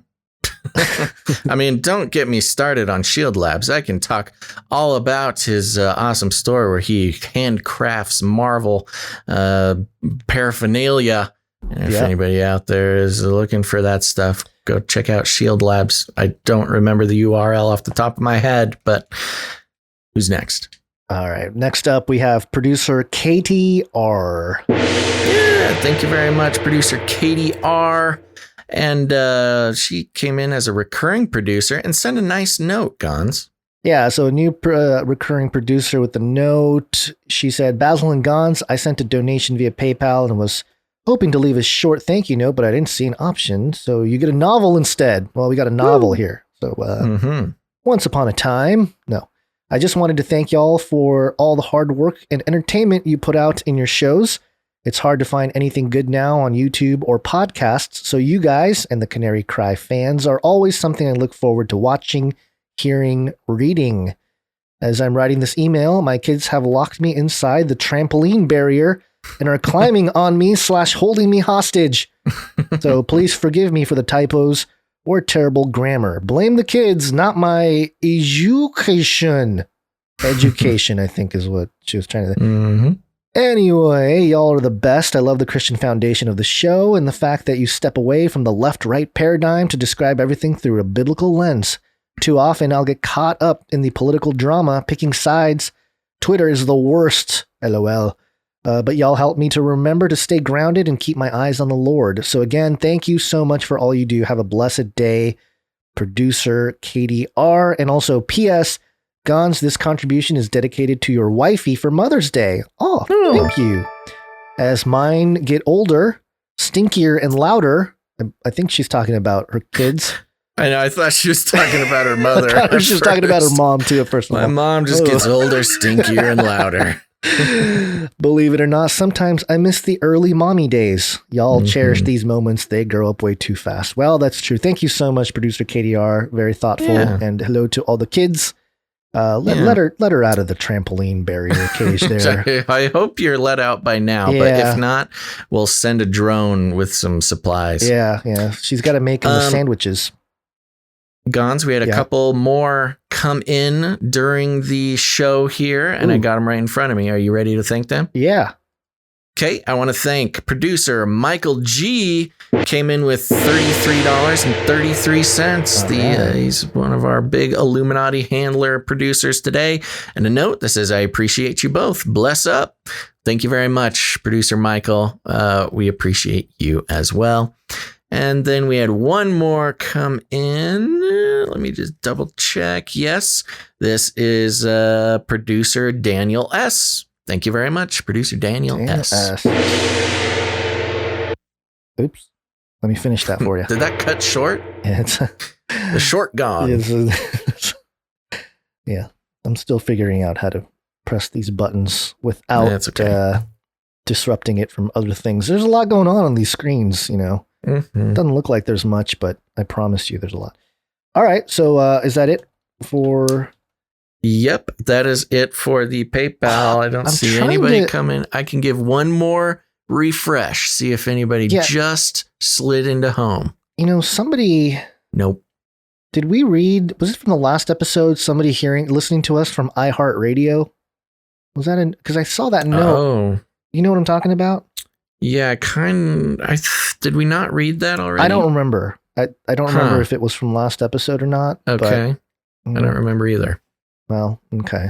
Why do you ask? I just remember somebody mentioning that they listened to us on iHeartRadio. And I thought that was interesting. That, you know, is that a pod? Do they have a podcast catcher or something? I don't know. Yeah, I think so. I think they just have a podcast feed of a bunch of podcasts. And I know we put our thing in there a while ago. So, all right. Well, yep. There you go. That's it for the PayPal producers. Thank you, all of you. Thank you very much. Very generous. We appreciate it very much. And also, you know, one of the other ways you can produce the show if you're a futurist, if you live in the future, is with cryptocurrency. You can go to canarycryradio.com/crypto and learn about some of the things that encompass the crypto world, which is getting more and more mainstream by the day. And we had a crypto donation producership from Jack V. Thank you very much, producer Jack V. And Jack sent in 33 XRP tokens. Oh, he's our crypto Illuminati handler. He's our XRP guy. But I think XRP got sued by the SEC, and I think they're still in a little bit of hot water. But we'll see what happens. It's a good time. Been checking out Brad Garlinghouse. Is that his name? The guy, the head of Ripple or whatever. Anyway, he has a note here. Hey guys, I was the bro who sent in the 33 XRP. Thanks, bro. not sure where else to put a note when sending crypto. So this is the way to do it. You did it right. You sent us an email. I guess you can, if you're doing Bitcoin, I suppose if you know what you're doing, you can like write a note on the block, but that's pretty technical.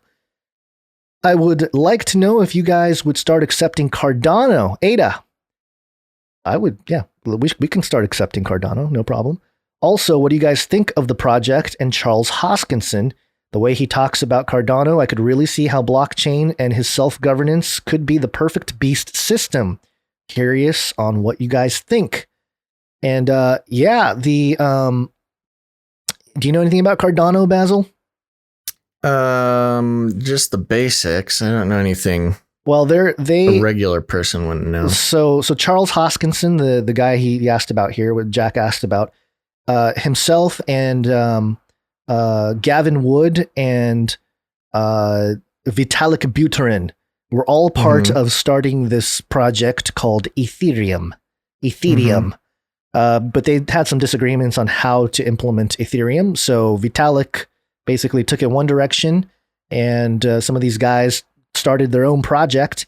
Gavin Wood started Polkadot, and Charles Hoskinson started Cardano, and the ticker symbol is ADA, ADA, named after Ada Lovelace, who's one of the first computer programmers, I think. And Charles Hoskinson took sort of the scientific approach. So they haven't created anything more than a blockchain using proof of stake, meaning you can stake your tokens instead of proof of work, and it's all technical. But I will say this, Jack V, some of the things that are named within the Cardano ecosystem are very interesting. They have something called the Ouroboros. The Ouroboros, the self-eating snake, the snake that eats its own tail. That's a big part of the under the hood of Cardano. Is this a DAO project? It's a smart contract platform. Mm-hmm. And they just made they're going to be in Africa. I think they just announced like some education thing, but they're going to be huge in Africa for identity, for finances, and all this kind of stuff. Right. And I did have a clip on my phone from a couple months ago, Charles Hoskinson talking about Ouroboros and why he named it that, and why he used like the reason why he used the mythological creature of the Ouroboros to name it that or whatever. But for some reason I couldn't get it to play on my machine here. I would have played it for you here, but I didn't have time. But yeah, we'll accept some Cardano just for the time being, and certainly, as you said, I can certainly see it becoming the part of the beast system there, especially since in Africa, I've mentioned before on several episodes, if you go back into the archive, how I think Africa is going to become way more built up technologically. The technocratic buildup in Africa will be huge, and in that process, I think ADA will assist in that. You already have Akon and stuff like that going on there. They're gonna really build up the crypto world there, and they're gonna be a power. Even biblically, eschatologically, Africa is, or at least Egypt, is a powerhouse there that gets taken over by the Antichrist. So, just something to note there. But yeah, we'll open a little ADA wallet, and we can accept some ADA, and you can stake an ADA, and I think they're getting ready to release whatever the next phase is. I think they just finished Goguin, and they're getting ready to do their smart contract stuff, and it'll be probably pretty big there. So anyway, thank you for that. Thank you for putting me on this rant, Jack V. Yeah, thanks, Jack V. Thanks, Jack V. Also, did you get the Newsom Science jingle from Brett Pella? Yes, we did. It's Newsom Science, baby! Ha! Yeah, Brent Pella is the comedian that did that, the impression of Newsom. He has a whole set of Newsom impressions on his channel, so go check that out. We'll play it for you. Yes, we did. From your local Gen Z crypto enthusiast. Much love. Wow. Thank you very much, producer Jack V. Wow, we have a Gen Z who actually listens to the show. That's Gen great. Z who sent us crypto. I mean, come on, man. We're really living in the future. These kids, man, they're bringing us with them. At least I don't think anybody has asked us to, or told us like, hey, we'll send you some Doge. We haven't had the Doge, or did somebody ask us that? I don't know yet, but I don't recall. Yeah, maybe a while back. Yeah, I don't own any Doge. Do you? Yeah. You a Doge guy? I'm a everything guy. Okay. All right. Well, thank you for that. That does it for the crypto there. We do have, just real quick, we did get some snail mail. Ooh, that's fun. It's been a while. I just wanted to thank some people. I thought I had a snail mail jingle. Every time I do this, I forget that I gotta. It's a Mr. Magoo thing, so it's, just imagine Mr. Magoo saying snail mail. All right, so real quick here, I got a couple notes in the physical form. First up from Sandy. Thanks for doing the things you do so well. Keep up the good work, and God bless you. Well, thank you, Sandy. Thank you very much, producer Sandy. And also from producer Catherine, I believe. Gons and Basil, love the show on iHeartRadio. That's where I read it. It's on a physical note. This is my issue. I'm sorry. I forgot that it was a physical note, not an email. And the amount equals Jubilee that she gave us. Happy smile. Blessings, Catherine. Dooley's mom 8 in the chat. Thank you very much. Dooley's mom 8. Yeah. Okay, there we go. And if anybody else is interested in sending us snail mail, you can find the address over at canarycryradio.com/support. That's right. And moving on here, that's all the financial or treasure supporters. So we appreciate that. You can support the show with your time and talent as well. Thank you to Jade Bouncerson and Christine. And I believe there was supposed to be somebody who was supposed to do the timestamps on Monday, but he was a no-show. This is the last I heard. So I don't know what happened to the guy, but if you're out there, contact Jade Bouncerson and figure it out. But yeah, we appreciate the timestamps. They're very helpful. And keep that up. And you can also help us with your talent. And that includes jingles and art. On the jingle front, we got a jingle from B-Dubs, and this will become more relevant here as we talk about the meetups. But it's a meetup jingle. Canary Cry Meetup. Woo! Very nice. Thank you very much, B-Dubs. Very good. And then let's get through the art, and then we'll talk about the meetups here. One art, please. Evil woman. First up, we have one from producer Allie, and this one needs a little explaining. Do you want me to explain it? Yeah, explain it to me. Okay. It's titled Silly Cow, KOW, and this is the COVID Commission Planning Group leader, UVA Professor Philip Zelikow, the former executive director of the 9/11 Commission. Oh, right. And he has a quote. One reason you tend to doubt conspiracy theories when you've worked in government is because you know government is not nearly competent enough to carry off elaborate theories. It's a banal explanation, but imagine how efficient it would need to be. Yeah, this is the worst argument against conspiracy theories. The most impotent argument. It would be the argument of someone who has been compartmentalized to not see everything. That's a good point. Yes, that's the argument of a government man who's never been let into the cool kid club. You're not cool enough to be one of the high-level puppet masters. But there you go. It's Zelikow. Very good. I've never seen this man before, but I'm going to assume that producer Allie did a wonderful job. Yep. Very reminiscent of the actual his eyes, Zelikow. His pupils are so tiny. Yeah. There's no soul there. into my soul. The soul is missing. All right. Next up, we have a couple from producer Andrea F. And this first one is titled Baz. This was really incredible. Yeah. Yeah. So for those who are just listening, very stylized, very cool, very talented. My gosh. Looks like a mix between, pencil and colored pencil or marker or I don't know. Well, let me read the note and it'll make beautiful. sense. Yeah, let me read the note. It says, I love Canary Cry. It never fails to keep me on my toes and entertained. I thank you both for all your hard work and the show you have built from the ground up. These two drawings, he's got another one, by the way. These 2 drawings are my producer contribution. Both are made with pencil, and I added color for an additional pop.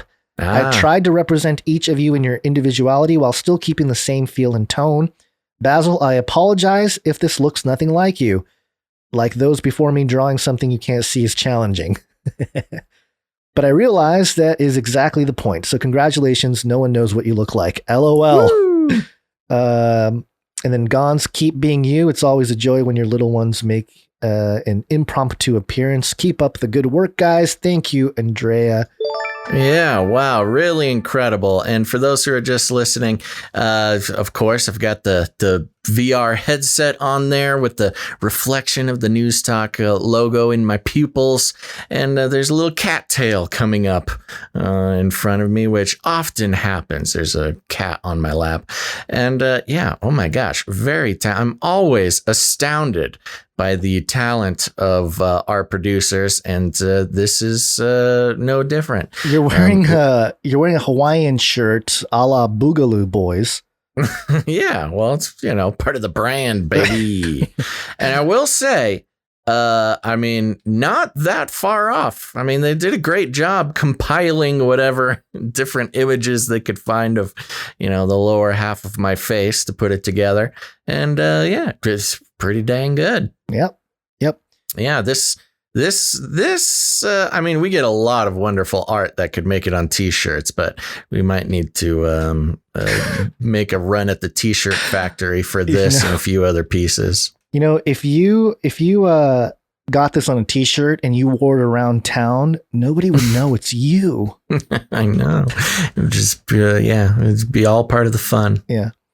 Not to be outdone, though, he did do one of, or he or she. Is it a he? I don't know. You keep saying that I realized, he. I don't know that it is. I think Andrea is a woman's name. Really?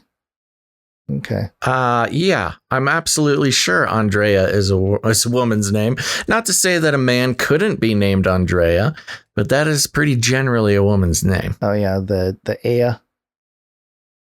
Yeah, the whole thing, Andrea. It's a Brazilian name or something, Portuguese.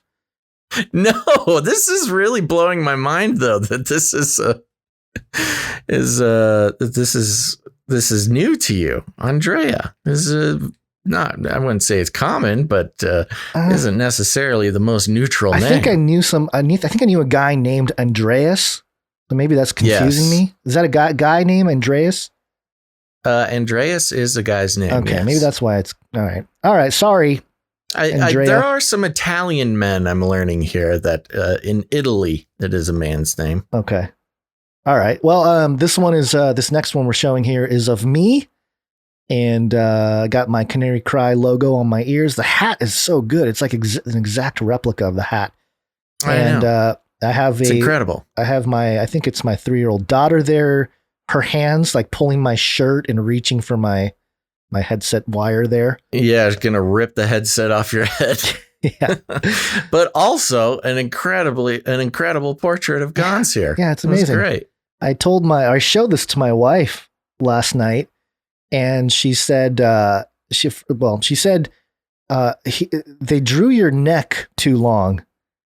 And I said, well, it's okay. I mean, I get it. My neck is more swole in person, but it's yeah, okay. I mean, I guess that as far as criticisms go, that's a pretty benign one. Yeah, I won't mention because the other there's really nothing said. else to criticize with this. No, there isn't. And you've got your nice trimmed beard in this too. I know. You're not your full samurai hobo beard. Is that what that is? Samurai hobo beard? Well, your old beard, yeah. Yeah, I have a picture. I'll send you a picture of it. It's now looking back, I'm like, whoa, man, I was really looking pretty rough there for a while. Samurai hobo. Yeah. Well, thank you for that, Andrea. Very incredible work here. This is beyond what we expected when we started the art segment. But thank you so much. Beautiful. And you can go to canarycrynewstalk.com to look at all the pieces of art here. Just click on the episode. And one more here from Jay Vela. Okay. Thank you very much, Jay Vela, sending in another Denver airport's mural style. And from, I'd say, left to right here, We've got chimeric human genetic enhancement, and we've got a burning tree in the garden, the tree of the knowledge of good and evil with the serpent wrapped around it, Adam and Eve there standing, and a red dragon just to the right of that. Directed evolution. And that's very interesting. Oh, wow. We've got like an angel type looking figure, but instead of a head, it's got like the dome with a floating brain inside of it. It's like a brain in a vat. Yes, and below that, we've got a little CRISPR factory, of course, being printing babies, being factorized. Yes, printing babies by beings in sort of hooded robes there. To the right of that, we've got a couple more of those hooded beings with binary code for faces overseeing a globe there. Of course, we've got some like algorithms ruling the world. And below that, we've got another binary faced robed figure using a computer attached to a television, and on the television we've got a nice Earth with a explosion, like a nuke explosion. Yes, mushroom cloud. Yeah. To the right of that, we've got a golden ring with the Star of David on it. To the right of that, we've got sort of we've got the text "The Destroyer," and we've got a humanoid robot again with a floating brain vat and what looks to be like a prison, I'd say, with a caged figure in red. Above that, yes, a red caged figure. We've got the Tower of Babel above that, and an ancient AI sort of temple-looking structure with a pyramid blasting some energy out of the top there, and that includes some esoteric-looking ritualistic items like a mirror with wings, a dome sitting on a table, a knife, a torch, things like that. But up in the top, we've got what looks like the pearly gates of heaven up on a cloud, a couple of angels standing guard, and a beam of light or glory coming down. I think you think that's Lucifer falling. Yeah, right? that's Lucifer Yes. being tossed out of heaven. Is Lucifer falling out a trap door of heaven? Yeah, the bottom trap door. And you also causing his havoc down below. You missed the Temple Mount on the bottom left or bottom right. Mm-hmm. Yeah, yes. very small. The Jerusalem Temple Mount. As always, a lot to decode and take a look there, but we are very thankful. Thank you very much, Jay Vela, the Denver airport artist. At least used to be their old name on Twitch. Not sure if that's currently it, but thank you very much. Beautiful piece. Yep. And that does it for the artwork. I believe we have some photos and a jingle to share, if I'm not mistaken. From the meetups. We've got a meetup report and a jingle and some photos from the Pacific Northwest Canary Crime meetup. Let's see. How do you want to do it? Well, let's do the photos first here. We should do the jingle first. Oh, the jingle, right. Yeah. Here, the jingle. Canary Crime Meetup. All right. And there's the first picture we're showing up here. We got a note from producer Ciara. Hey, y'all, what a blessing it was to meet with fellow Canarians. A few of us were blessed enough to spend the entire weekend with the Smiley family. Great. First photo is at Rockefeller Forest. Yeah. So cool. Yeah, that's part of the fun thing about these Canary Crime meetups that producer Ciara is putting on. They always take place at some sort of, conspiracy relevant or elite relevant landmarks. They had it at the Grassy Knoll in Dallas, and now the Rothschilds. Rockefeller Forest. I did not know there was a Rockefeller Forest. Yeah, well, they got a lot of things. But they did a good job of covering up the children's faces with emojis and other kittens and potatoes. Cat with googly eyes. Very cute. Yeah. Looks like a fun crew, man. Yep. And that's cool. They got to spend a lot of time with the Smiley Pants over there, created and runs the Canary Cry community. Right. Which a lot of people are enjoying. And the second photo here is from the same crew at a table playing the conspiracy theory game. Ooh. Oh. What is the conspiracy theory game? Is it a card game. Oh, you know what? Is it the what is? Somebody sent me a conspiracy. I wonder if it is that game. It's like hold on, I'm going to go grab it. You talk for a second here. I'm just gonna grab the thing. Okay. Well, there's an image here of, not only did they go adventuring into the forest, but also gathered together to play some, looks like a card game, conspiracy theory game. Looks like some people tuned in on a Zoom call there. Looks like a blast. This is always fun, seeing people get together, especially Canarians. And this is the thing, folks. If there's a Canary Crime meetup going on around you, I highly suggest you making the time and effort to make it out. As we always hear from these events, people are having a great time connecting to weirdos, other Canarians just like them, and having a chance to not just meet face to face with people who aren't going to be triggered by the fact that they can see your mouth, but be able to talk about all sorts of fun stuff and just fellowship. It's very important. And I think they're doing it across with Zoom too. There's like some people on Zoom on a computer. Yep. But I think the game they're playing here, if I'm not mistaken, is this game here I'm holding up for people watching here with the all-seeing eye. It's called the Conspiracy Theory Travel Edition. Fun. Discover a world of internet conspiracies, aliens, Naruto running, Bigfoot, JFK, time travel, cloned rappers, secret CIA programs. Somebody sent this to me. I've been meaning to respond to them and let them know that I got it. Yeah, we need to thank them. I know. Thank you very much for sending. I need to get back to them. But yes, I think that's what they're playing. I recognize the cards. That's why I was prompted. Cool. So there you go. Yeah. So there you go. The cool thing about this game, ages 12 and up, 2 to 8 players. Yeah, well, it looks like there's some younger folks than 12 there. Maybe they're just incredibly smart or incredibly versed in conspiracy theories. And as requested, they sent in an audio meetup report. Let's see what they had to say. What up? This is B-Dubs. We're hanging out here. Came all the way from FEMA Region 10 to stay in FEMA Region 10. We got some like-minded folks hanging out here. And we're walking amongst the giant trees.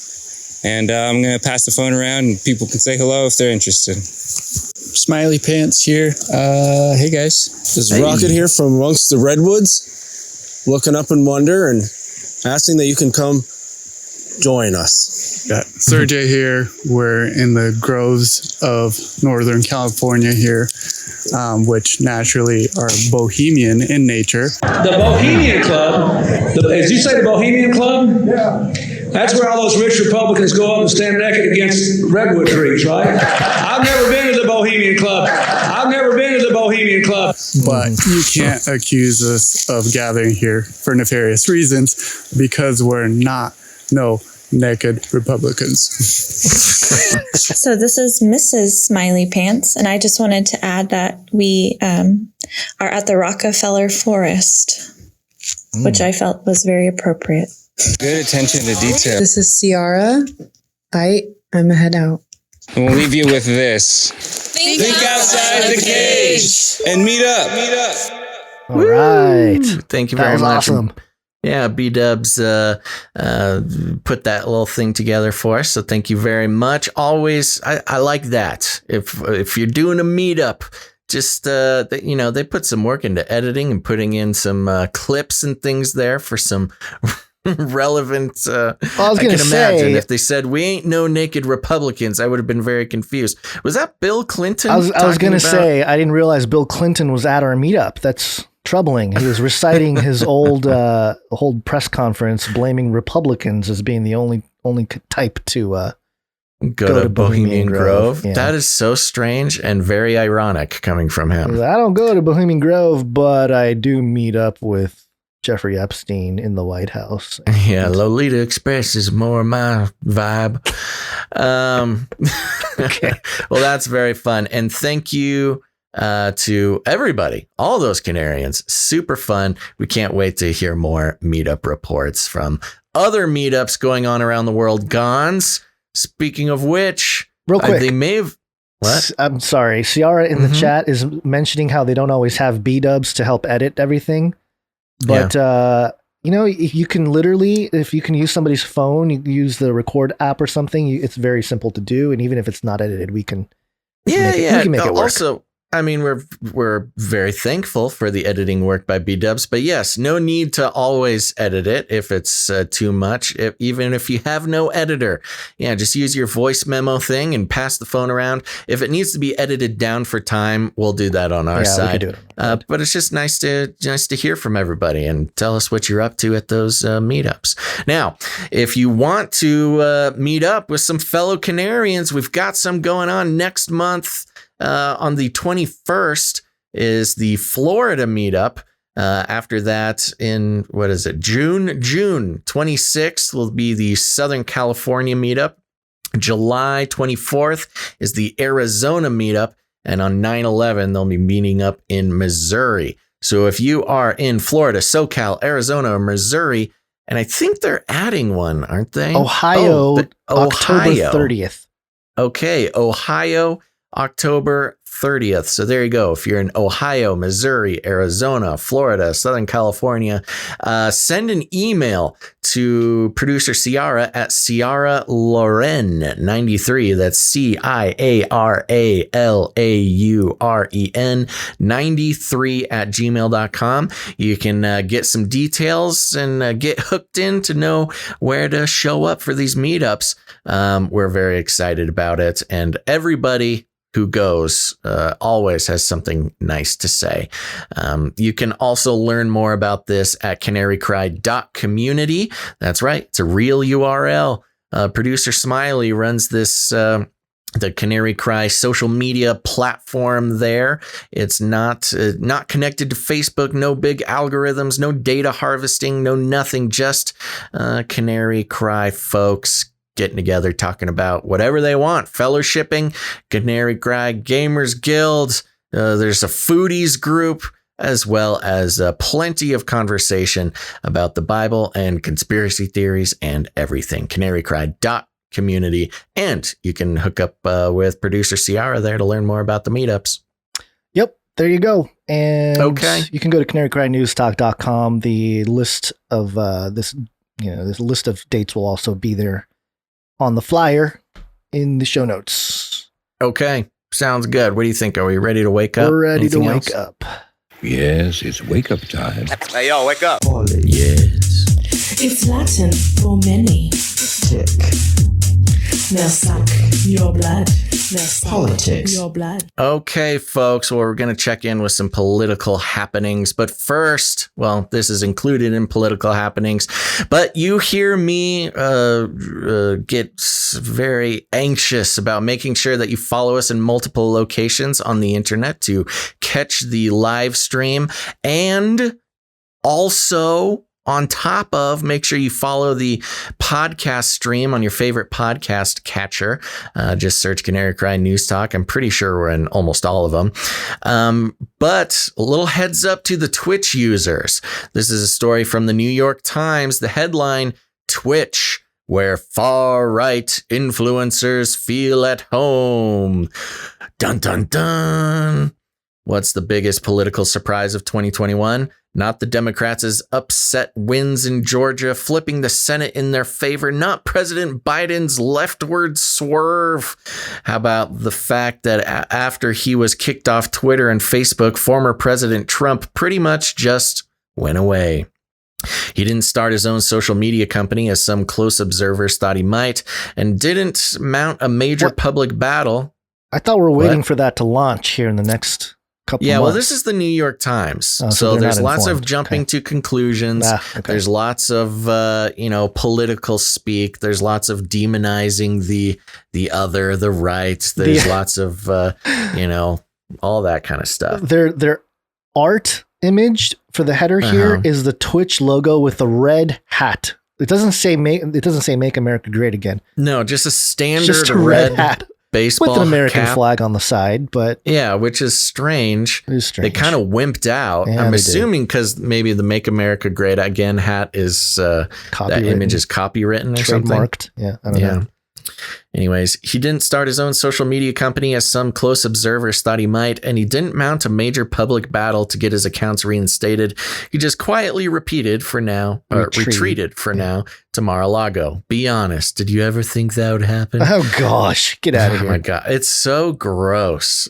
I mean, do they really talk to themselves like this? Probably. I'm talking about Democrats, I guess, or progressives or leftists.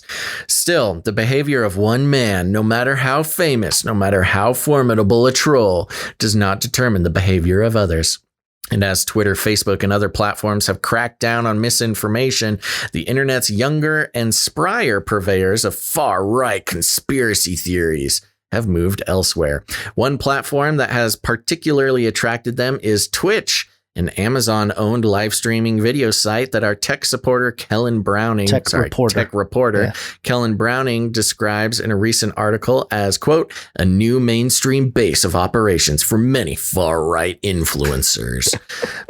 You know, the sad thing is we have to talk about this because at first glance, just, you know, some Gen Z NPC type in some warehouse of censorship will just assume that we're far right, which is far from the truth. But many have been drawn to Twitch partly because it allows broadcasters to accept donations on the platform while they stream. Not us, baby. No corporate money.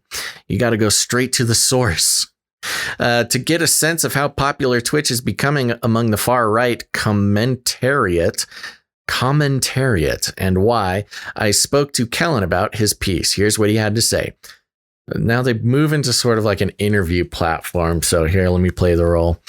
Hi, Kellen. So you're right that as many social media platforms clamped down on hate speech and misinformation around the 2020 election, a number of far-right content creators moved over to Twitch.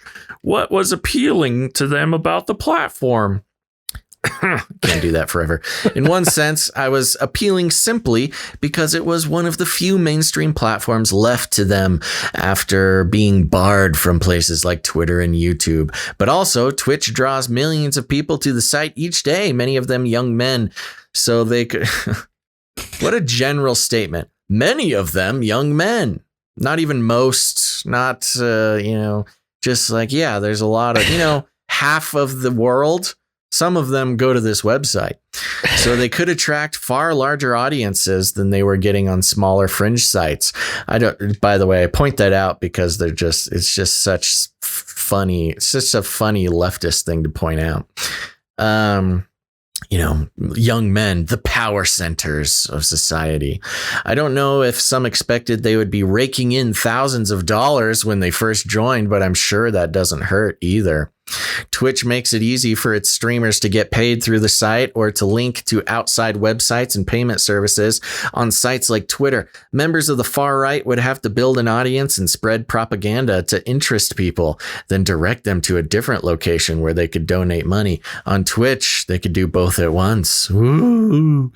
One major concern among those who study misinformation in social media is that the loudest voice often gets the most attention. Not necessarily a great thing for civil debate.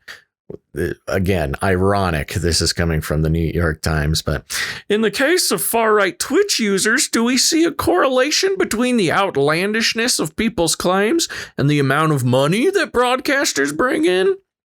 Definitely, because people get invested in the ever-growing conspiracies and in supporting the people who spread them. They're incentivized to keep coming back to learn more and continue to subscribe and donate. I'll share a quote from Joanne Donovan, a Harvard University researcher I spoke with for this article. She said that the audience can sometimes have a negative effect on the content creators because they're continuing to demand wilder falsehoods and crazier ideas to further the story they're being spun. So the creator feels the need to keep raising the bar. What imaginary world are they crafting for us here? I mean, maybe that happens, I guess. It probably does happen, but to some degree. I mean, we saw it with some of the people that really picked up the Q train about a year ago. Yeah. Explode in popularity on YouTube. But even when that was happening, I believe you and I were the ones saying, like, number one, this is suspicious. And number two, I think they're getting ready to shut out all these accounts down. They're like using it to identify who is on the far right. I guess I'm sensitive while reading this because I feel like, again, to the unobservant censorship operator, that we could be wrapped up in this, which is just incorrect and specious. Yeah. Quote, "It's a really difficult phenomenon to watch," she said. "You find people who are now financially dependent on making new content every day that is somehow more salacious, more inciting, more hateful than the day before in order to compete with other content creators that are now coming into that space." That is such a warped. They must. First off, I know. Who are they talking about? I don't know. They don't mention any names here. I don't really know either. I'm trying to think. Like, here's again. I realize I'm probably being sensitive because I'm afraid that we'll get wrapped up in this or like grouped with this group. That's why we read and comment directly from mainstream media sources. We're not making up our own stuff. We're not searching the depths of some blog for the craziest ideas. You don't need to do that. All the craziest ideas are right in mainstream sources, like the New York Times. Somebody, I think, listed a few here. Who was it? Sorry, I'm scrolling through. What do you mean listed a few who? The people on Twitch that are considered far right. Words create vibration. Go ahead. Yeah, well, let me be clear. I guess this sort of thing does happen. And yes, you're right. We've seen people, I guess, who are in similar spaces as us really kind of go off the deep end. We've made a really intentional decision to not make that our thing. That is where, you get kind of wrapped up in just like repeating whatever Lynn Wood says, or, getting into that whole thing when, we've been specifically anti that sort of not anti as in we're against it. It's just baseless. It's hard to verify baseless conspiracy theories, because usually it's like, an insider that knows someone said that the Suez Canal was stopped because they were getting pedophiles out or whatever. It's the some guy said something, and now we're saying it to you. And we're not. It's not that it couldn't be true. It's just that there's just absolutely no way to verify it. And so it becomes it almost becomes just gossip. Yeah, I think that's a good way to describe it. Yeah, this gossip sort of thing. Or, if it's just a story about, I don't know, some whatever, call it PCR tests or something. If you're not bringing the sources like we do, then again, it's just sort of, here's a thing I heard and repeating.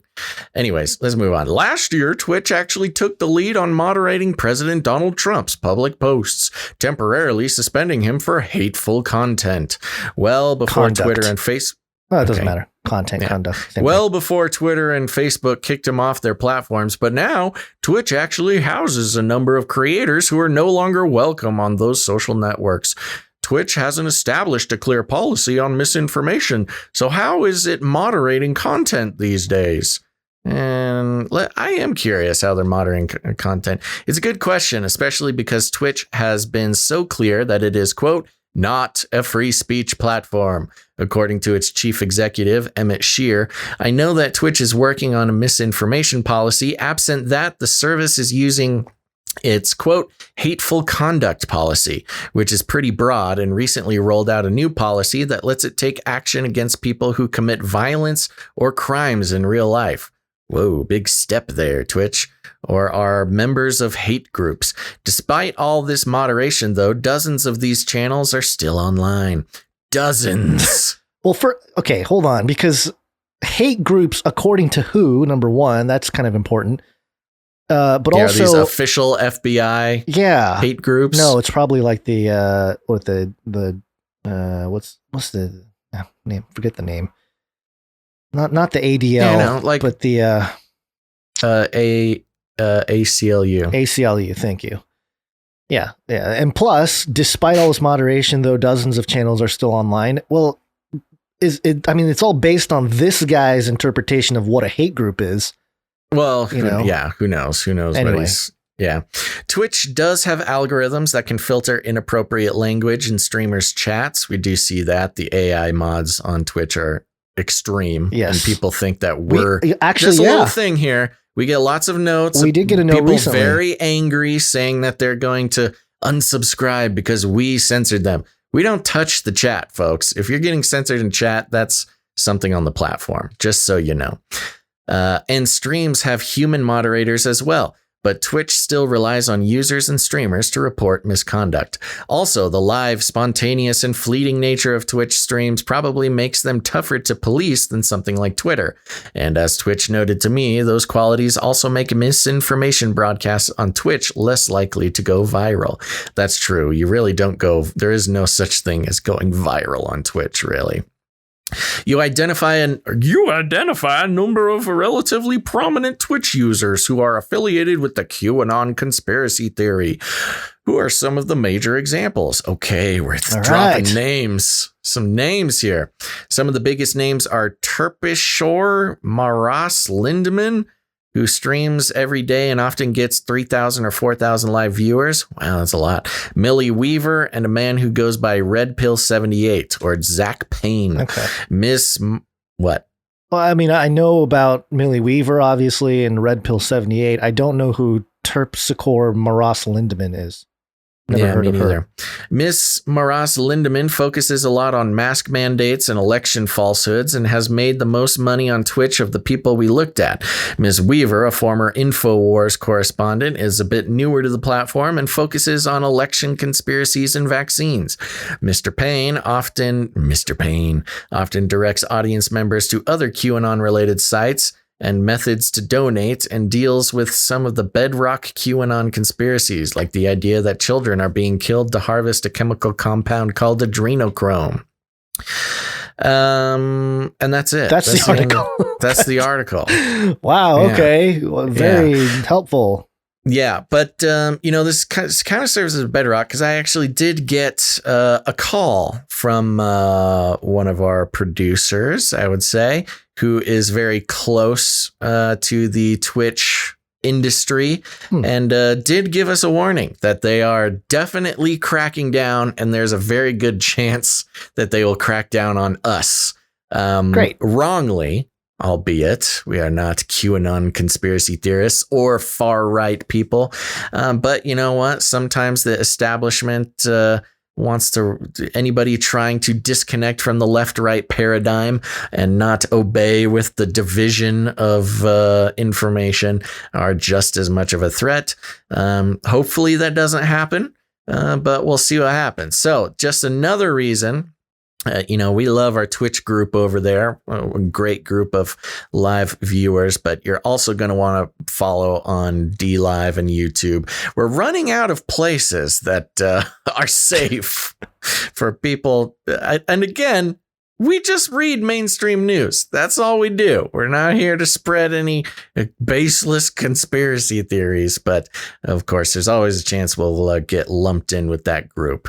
I think for a lot of the sort of humans who do the moderating, I think it's more of a tone thing that sort of triggers them. But hopefully whoever's over at Twitch will be a little bit more diligent and actually listen to the content while they make that decision. Yeah, I'm sorry. I'm checking to see if our DLive stream is working because it's telling me it's not. I've not seen any DLive chatters today. It looks like for whatever reason, it's not working today. Oh boy.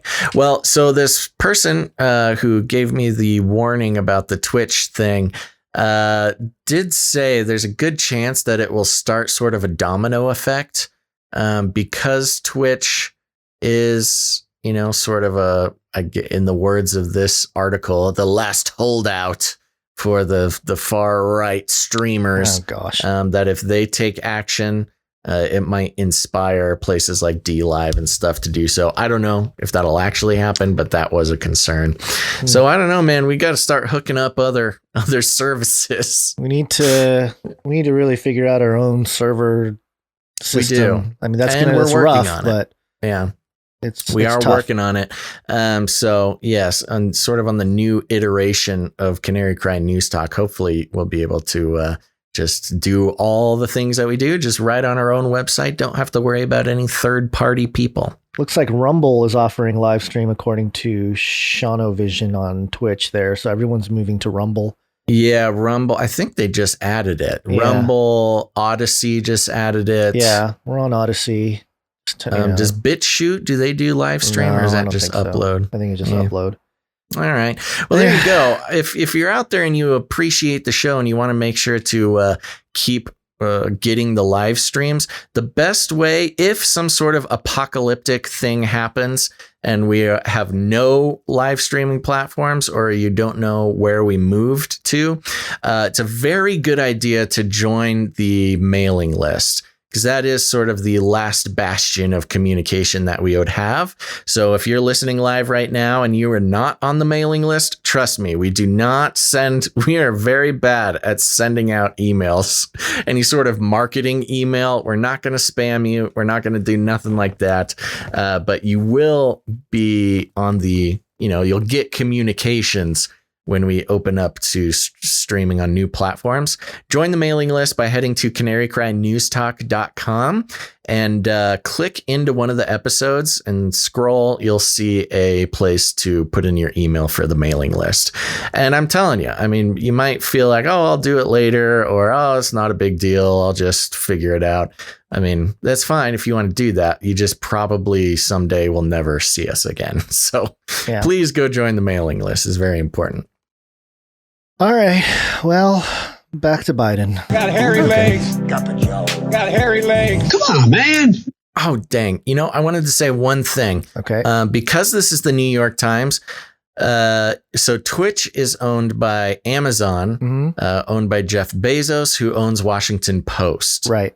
And so I also think that this is New York Times doing a little bit of a hit piece on Bezos to, take a dent out of Washington Post, or at least cause some trouble for that whole business structure. So, whether or not Twitch really poses this big threat to our democracy, this is really just intra news corporation bickering is what we're seeing here. A little slap fight. Yeah. Okay. Well, over here on, what is this website? StarExponent.com. Ooh. All right. What is that? I don't know. Okay. I'll get to it. Biden to propose free preschool as speech details emerge. Washington, President Joe Biden will call for free preschool for all 3 and 4-year-old children, a $200 billion investment to be rolled out as part of his sweeping American Families Plan being unveiled Wednesday in an address to Congress. That's today. The administration said the historic investment would benefit 5 million children and save the average family $13,000. It calls for providing federal funds to help the states offer preschool with teachers and other employees earning $15 an hour. Whoopee! Quote, these investments will give American children a head start and pave the way for the best educated generation in U.S. history, the administration said. Mm-hmm. I don't know about that. The new details are part of the Biden's $1 trillion plus package, an ambitious next phase of his massive infrastructure investment program. This one focused on so-called human infrastructure. I don't know if I like the sound of that, human infrastructure. Childcare, healthcare, education, and other core aspects of the household architecture that undergird everyday life for countless Americans. Together with Biden's American Jobs Plan, a $2.3 trillion infrastructure investment to be funded by a corporate tax hike, they add up a whopping $4 trillion effort to fulfill his campaign vow to build back better. The American Families Plan would be paid for by hiking taxes on the wealthiest 1% of Americans, in keeping with the president's vow not to raise taxes on those making less than $400,000 a year. Ahead of Wednesday's speech, lawmakers have been pushing to make sure key priorities are included. A group of leading centrists and progressive Democrats met late Tuesday with the White House to discuss its priority of making permanent the child tax credit, which is increased to as much as $300 a month as part of a COVID-19 relief package. Right now, that benefit expires in 2022, and Biden has suggested extending it to 2025. Quote, "We're hopeful," said Senator Sherrod Brown of Ohio, the chairman of the Banking Committee and advocate for a permanent child tax credit. Quote, "We want it to be permanent because it's so important for so many people's lives." House Speaker Nancy Pelosi appears to have secured one top priority for Democrats, lowering the cost of buying health insurance under the Affordable Care Act. Biden's plan is expected to extend the enhanced health insurance subsidies that has been approved as part of the COVID-19 relief, rather than allowing them to expire in 2022, according to a Democratic aide granted anonymity to discuss private conversations. But another key priority of Pelosi and Democrats, lowering prescription drug costs. Didn't Trump do that? Yeah, and Biden raised them again. Yeah. Is not expected to be in the package, the aide said. Oh, yeah, of course. Also unlikely to make the final draft is a push from progressives led by Senator Bernie Sanders of Vermont to reduce the Medicare eligibility age, which is now set at 65, and expand Medicare's benefit to include access to dental, vision, and hearing aid care for seniors. Sanders vowed Tuesday to add those provisions once Congress begins drafting the legislation. Quote, "The bill that we're going to be writing will include negotiations with pharmaceutical industry to lower drug prices, raising substantial sums of money, and using that to expand Medicare," Sanders said at the Capitol. The president's speech and the rollout of the American Families Plan come as Biden is marking his first 100 days in the White House, a rare moment for congressional action. Democrats narrowly control the House and Senate, giving the president's party a full sweep of power for the first time in decades.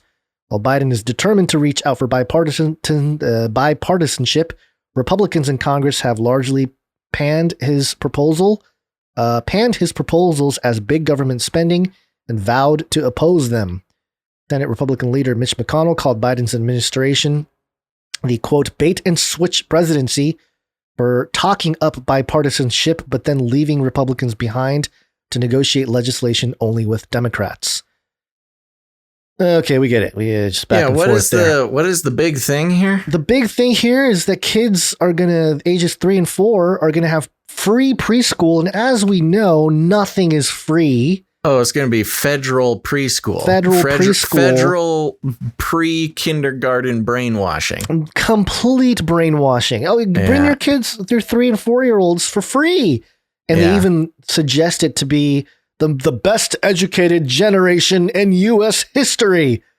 But in reality, it's going to be the best propagandized generation, because if you're going to be put in school for free, government-sponsored schools, I doubt it's going to be for the betterment of their critical thinking skills. Dang, there's something floating around on the edges of my mind of a conversation I just heard, and nuts. We might have to return to this on a later date, because I was just listening about some studies regarding, I believe it was actually a Biden. It was including Biden. Biden supported it in some way or another.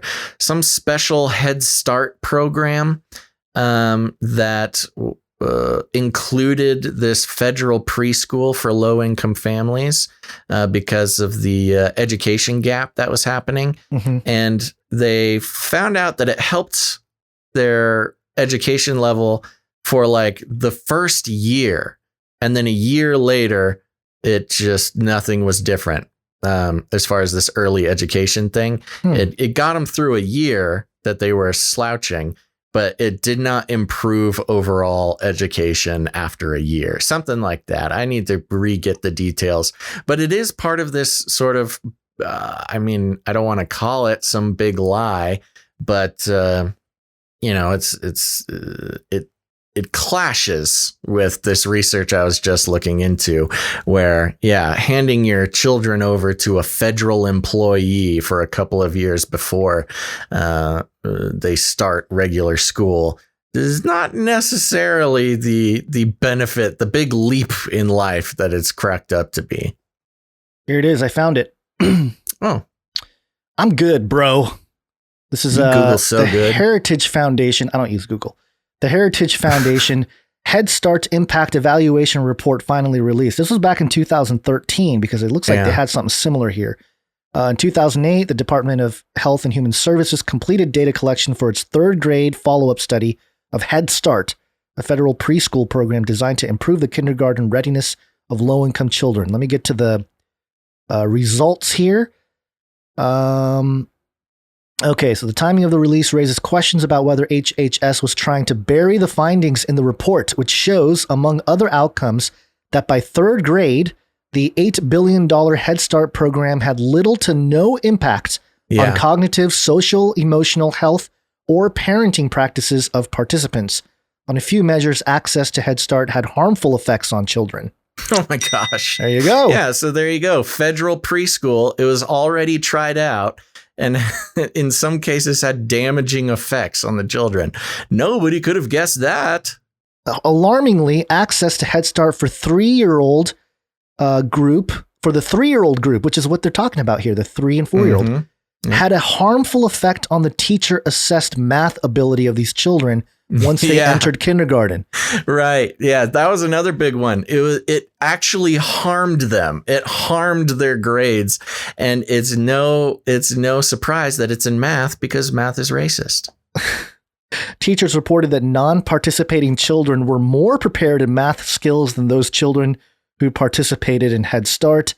Head Start also had little to no effect on other socioeconomic health or parenting outcomes of children practicing the program. So there you go. There's a study from almost a decade ago that says this thing doesn't work. Yeah, but the Biden's going to push it through. behind exactly what Biden is pushing is completely bunk. It's not only does it not help, but it's actively harmful. Hey, Biden. Science is truth. Listen to the science. Wow, look at that. That was great teamwork, Gons. Yeah, I know. That was, yeah. Boy, it's really a productive segment, man. Yeah, well, there you go. Is this just being available, or is this going to be a mandatory thing, do you think? I think it's going to, well, since Democrats have majority, it looks like they're going to push it through, and we're going to have a generation of kids. Is it like a kindergarten? Like your parents go to jail if they don't send you to this federal preschool? Well, I'm sure you can still go to, you can take your kids to public school or homeschool. Yeah, it's not a mandatory thing, but their focus is low income families and it's always like this. It's always like the intentions are always kind of good. Like, oh, we're trying to help out the poor, the families that are struggling, and yeah, why not? Governments come in and help out.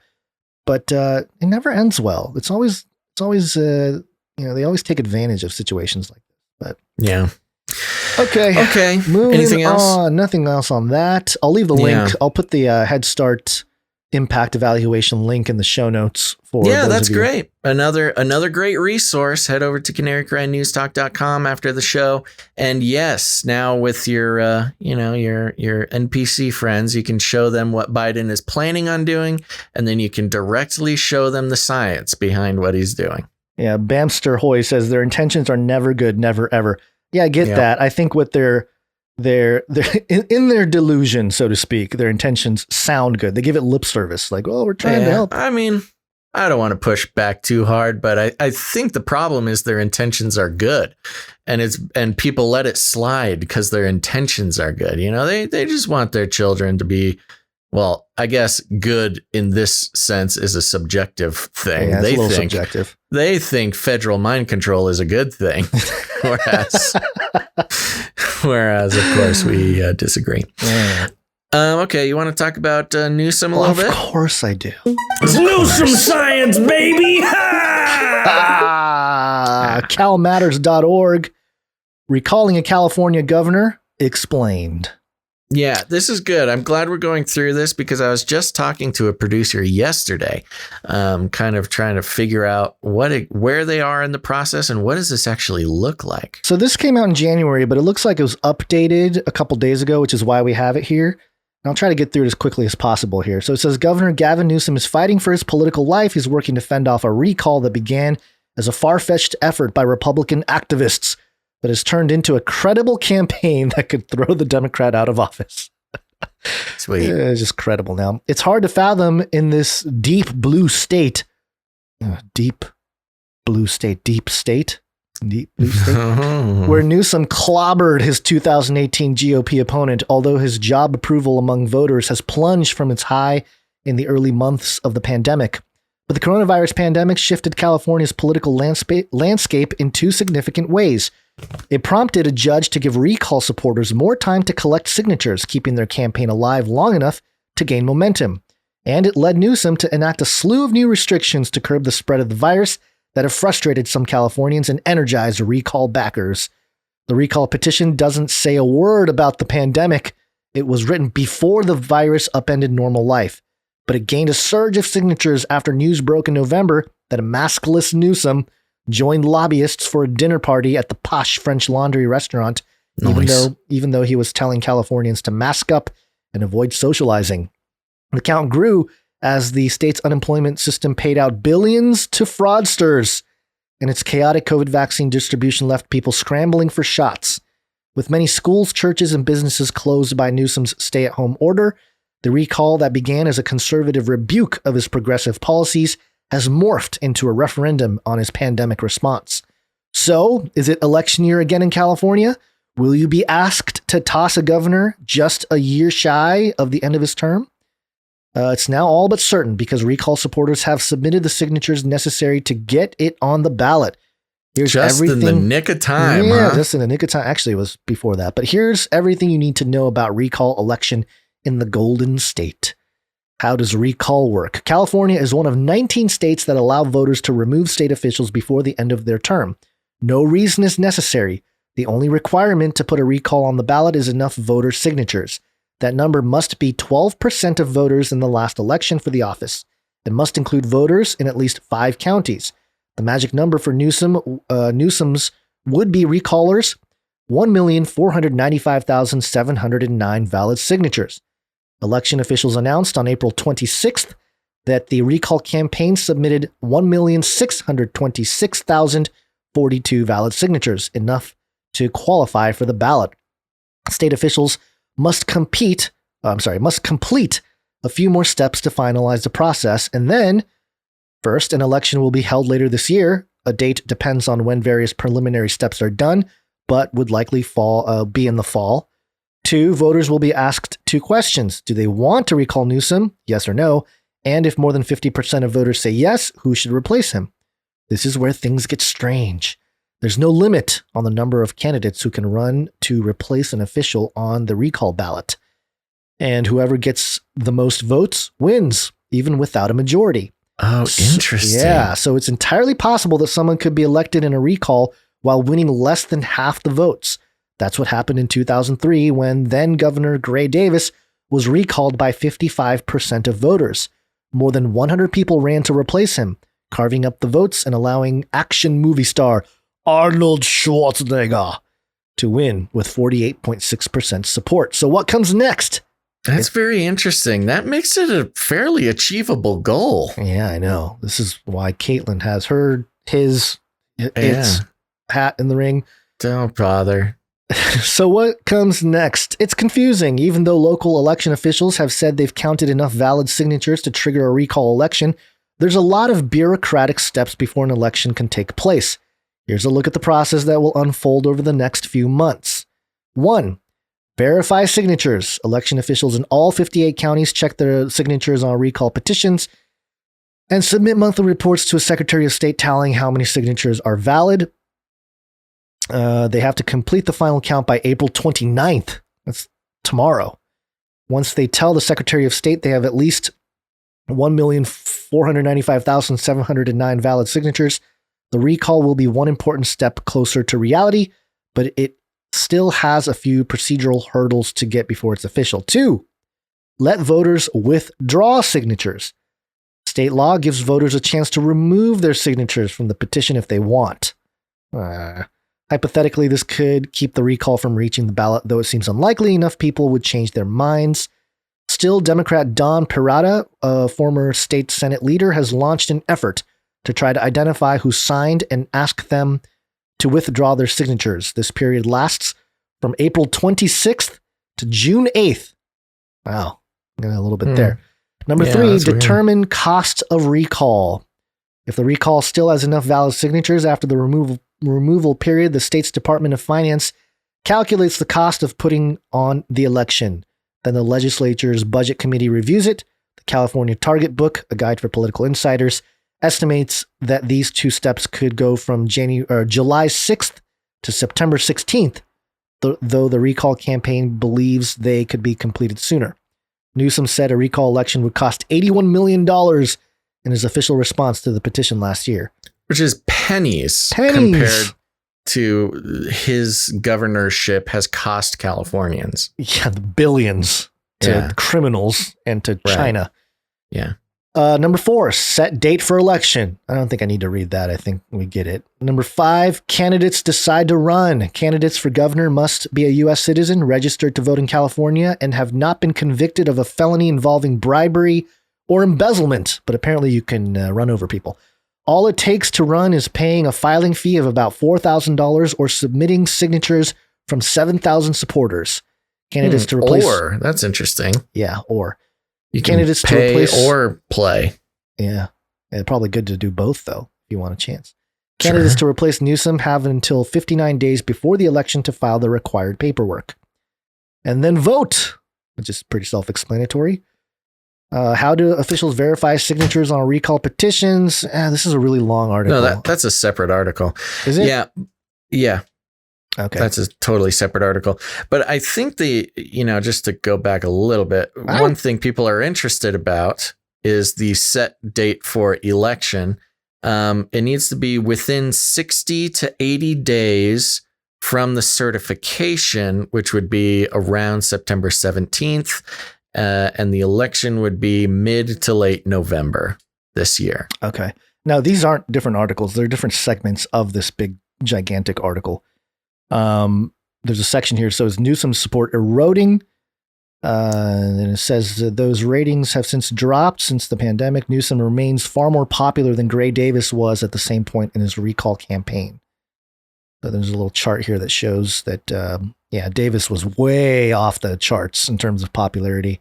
Newsom still has a majority of at least, what is this? Democrats, maybe? I don't know. Yeah, I'm sure. Yeah, well, okay. There you go. Who might replace Newsom?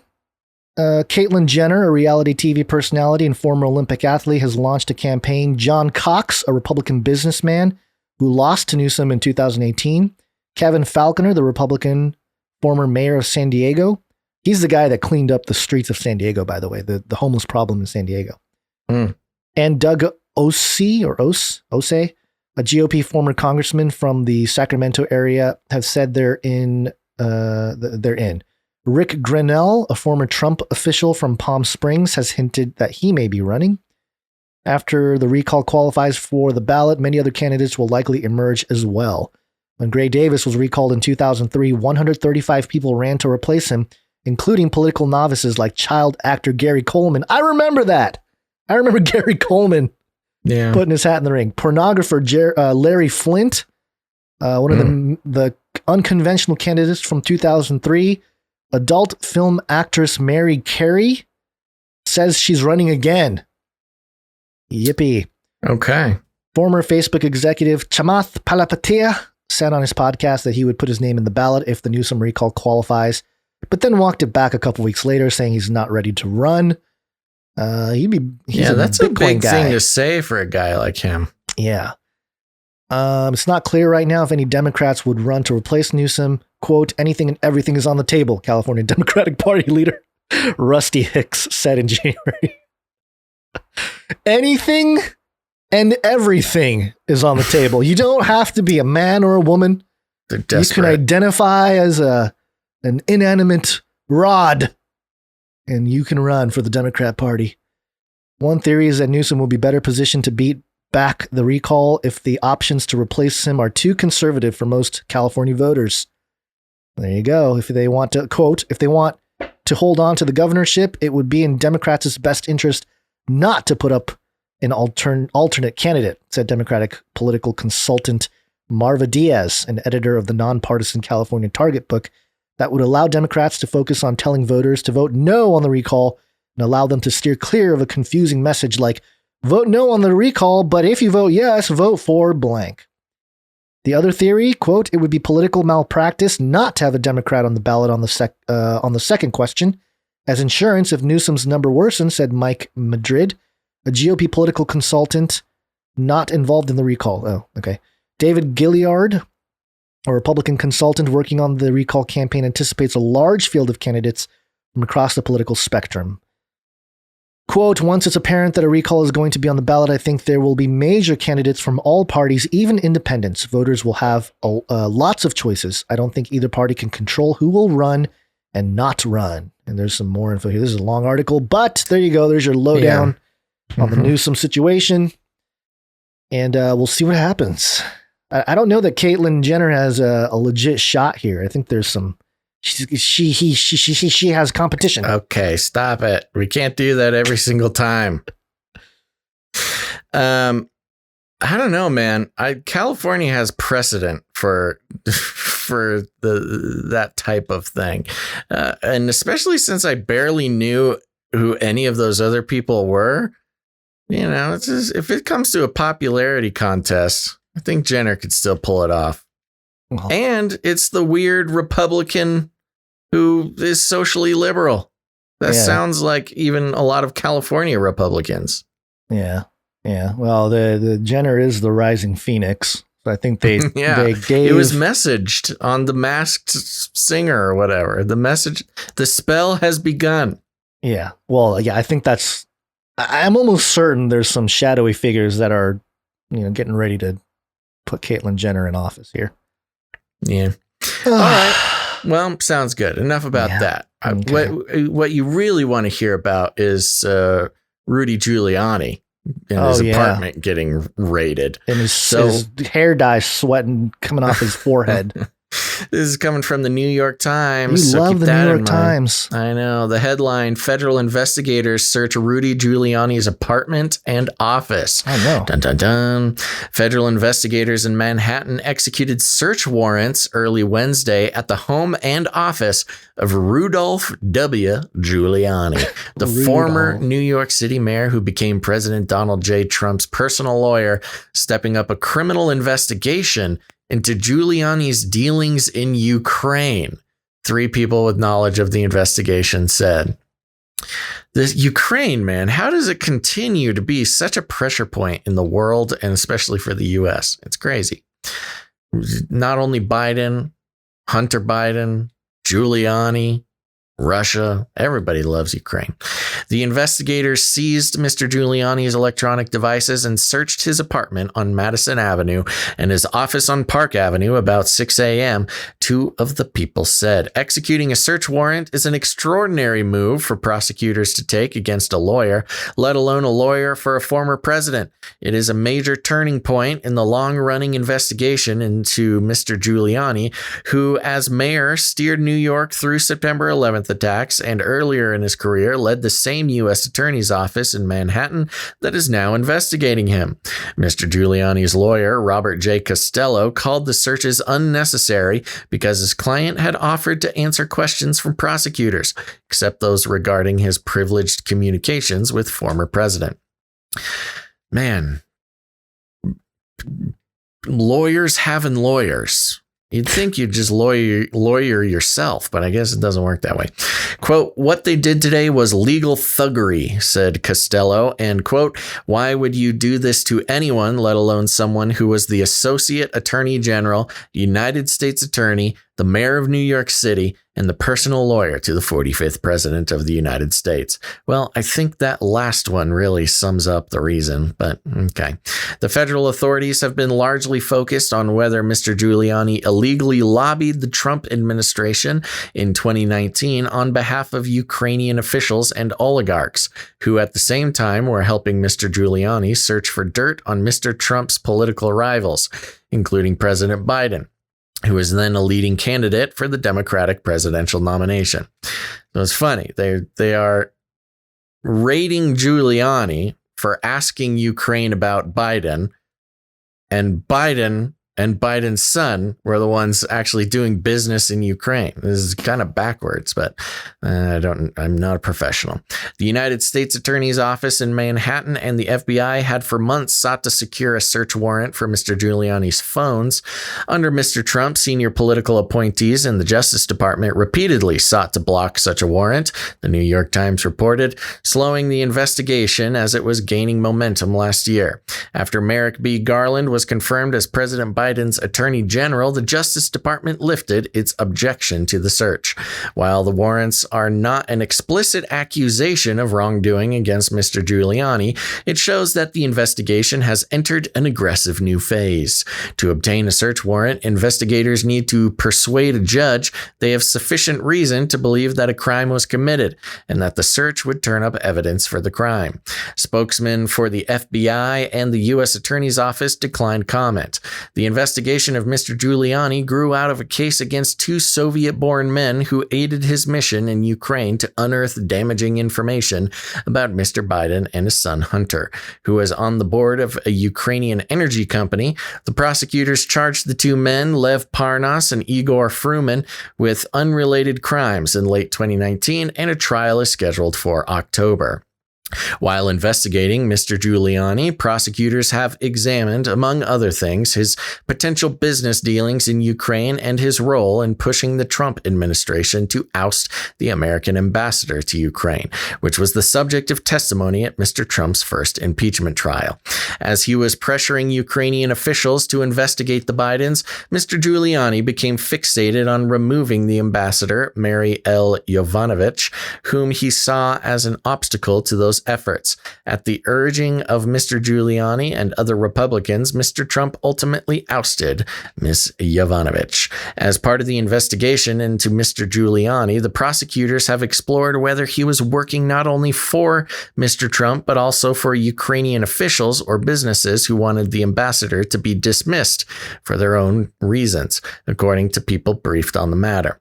Under the Foreign Agents Registration Act, or FARA, it is a federal crime to try to influence or lobby the United States government at the request or direction of a foreign official without disclosing it to the Justice Department.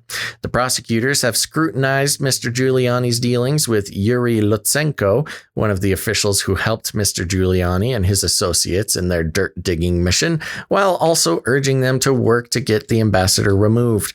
Among other things, the prosecutors have examined discussions Mr. Giuliani had about taking on hundreds of thousands of dollars in apparently unrelated consulting business from Mr. Lutsenko, which resulted in a draft retainer agreement that was never executed. Mr. Giuliani has said he turned down the deal, which would have involved him helping the Ukrainian government recover money it believed had been stolen and stashed overseas. As the investigation heated up last summer, prosecutors and FBI agents in Manhattan were preparing to seek the search warrant for Mr. Giuliani's records about his efforts to remove the ambassador. But they first had to notify Justice Department officials in Washington, according to people with knowledge of the matter.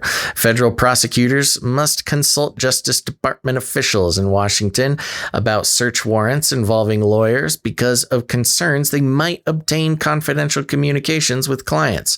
The proposed warrant for Mr. Giuliani was particularly sensitive because his most prominent client was Mr. Trump.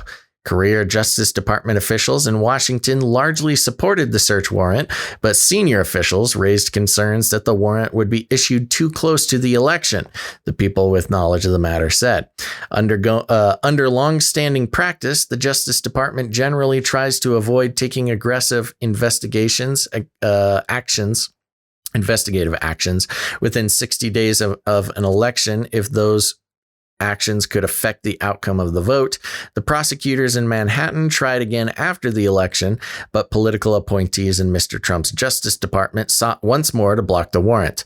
The people with knowledge of the matter said, at the time, Mr. Trump was still contesting the election results in several states, a legal effort led by Mr. Giuliani, those officials noted.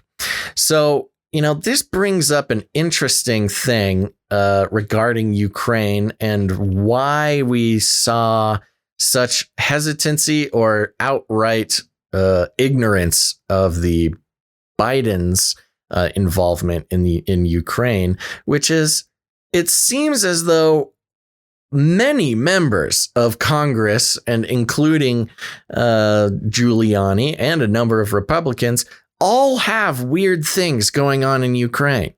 And this is the first actual action that has gone against anybody who has had some connection with Ukraine in the recent administrations. So I think there's a lot of people in Congress and a lot of business people and lawyers who are really starting to sweat bullets, because who knows what records are coming out of this search warrant. Yeah. Well, interesting. There's a lot. I think we're going to continue to see sort of an after effect. Trump's, the people around him, and the various crimes or not crimes that are committed in this regard. Yeah, I don't know. I mean, is anything going to come out of this with Giuliani? I don't know. I mean, this is a big step. It's one thing for an investigation to be opened. There was investigations on the Bidens, which, came out, or I think they're still kind of ongoing. They're just not as aggressive. But, a full search warrant on his home and office, that's a pretty aggressive step. Like they mentioned in the article, it's kind of a next level. So we'll see what comes out. But I would, again, be a little bit fearful, even if I was a, Democrat, because, again, when it comes to someone as powerful as Giuliani, there's always some sort of life insurance attached. And these people know a lot of things about each other's dealings that they sort of just agree to not talk about. Yeah. But So if the timing regarding Russia's military buildup on the edges of Ukraine as well is very strange. I mean, what is up with Ukraine? I don't know. The pipelines. Maybe the pipelines. They're still fighting for not territory. even to speak about the pipelines. I think we need to go to Ukraine. Something there's the robot sculptures. Oh, when we talked about the robot sculptures in the Flippy update an episode or two ago, where there's giant robots looming over neighborhoods in Ukraine, I think I failed to mention, I think they're scarecrows. If you saw Russia building a military force outside of your country, and the UN was not coming to your aid, and you don't have the military strength to fight off the Russians, I think building giant mechanized warrior robots, even if they're not functional, but just putting them all around as sort of a scarecrow to scare off any pesky Russians, it's a decent military strategy. Calling Russians birds, eh? Crows, to be exact. Hey, get us in trouble. Some people would think that that's a compliment. Along those same lines here, just real briefly, I'll just mention it. I didn't have it in the notes here, but there is a story out. The man accused of bugging Julian Assange and his lawyers in exchange for payments from Trump financier Sheldon Adelson was arrested in Spain and suspecting attempt to flee the country.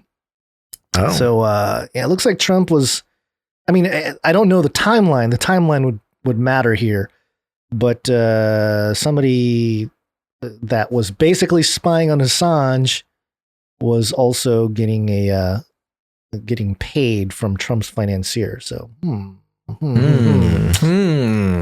The dominoes begin to fall. Yes, Trump will be revealed as I don't know, as exactly what everybody knew he was. The Russian asset. Except for not the second coming of Christ. No. 666. Just a couple of 666 updates. This is from the expresstribune.com.pk. That's Pakistan. PK. 666 nabbed for use of unlicensed weapons. Oh. And Where? Rawalpindi. The Rawalpindi police have taken action against 679 suspects of aerial firing and possession of unlicensed firearms so far this year, a spokesman said on Monday. They arrested 666 people and seized a large number of firearms and ammunition from their possession. The weapons seized include 596 pistols, 44 rifles, 21 Kalashnikovs, 4 carbines, and 68,331 rounds of different calibers. There you go. It's interesting. This is like the third or fourth story that we've mentioned or reported on with the number 666 in relationship to like a gun confiscation story. Kind of interesting. Yeah. And another one here. This is from WPRI.com. Rhode Island man killed by LAPD, had previous run-in with North Providence officer.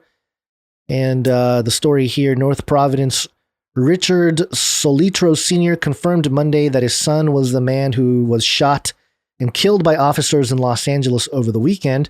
Officers were responding to a call Saturday afternoon when police said a black sedan abruptly pulled in front of them and backed into their cruiser. The vehicle had words and phrases written all over it, including King Satan 666. What the heck? Police said the driver, later identified as Richard Solitro Jr., got out of the car and started walking toward them with his hands hidden behind his back. The officers gave him commands, which he did not follow. He started counting down, saying 3, 2, 1, as he started to pull his hands from his back to the front. Police said Sotero Jr. was wearing a bulletproof vest. The officers were forced to open fire, hitting and killing him. But yeah, of course, this is a white man, so we're not going to hear about all the outrage of the police brutality. But, where's the Satanists' Lives Matter Too crowd? I mean, if he was a Satan guy, King Satan 666 written on his car. Yeah, he was hoping it would give him some sort of power.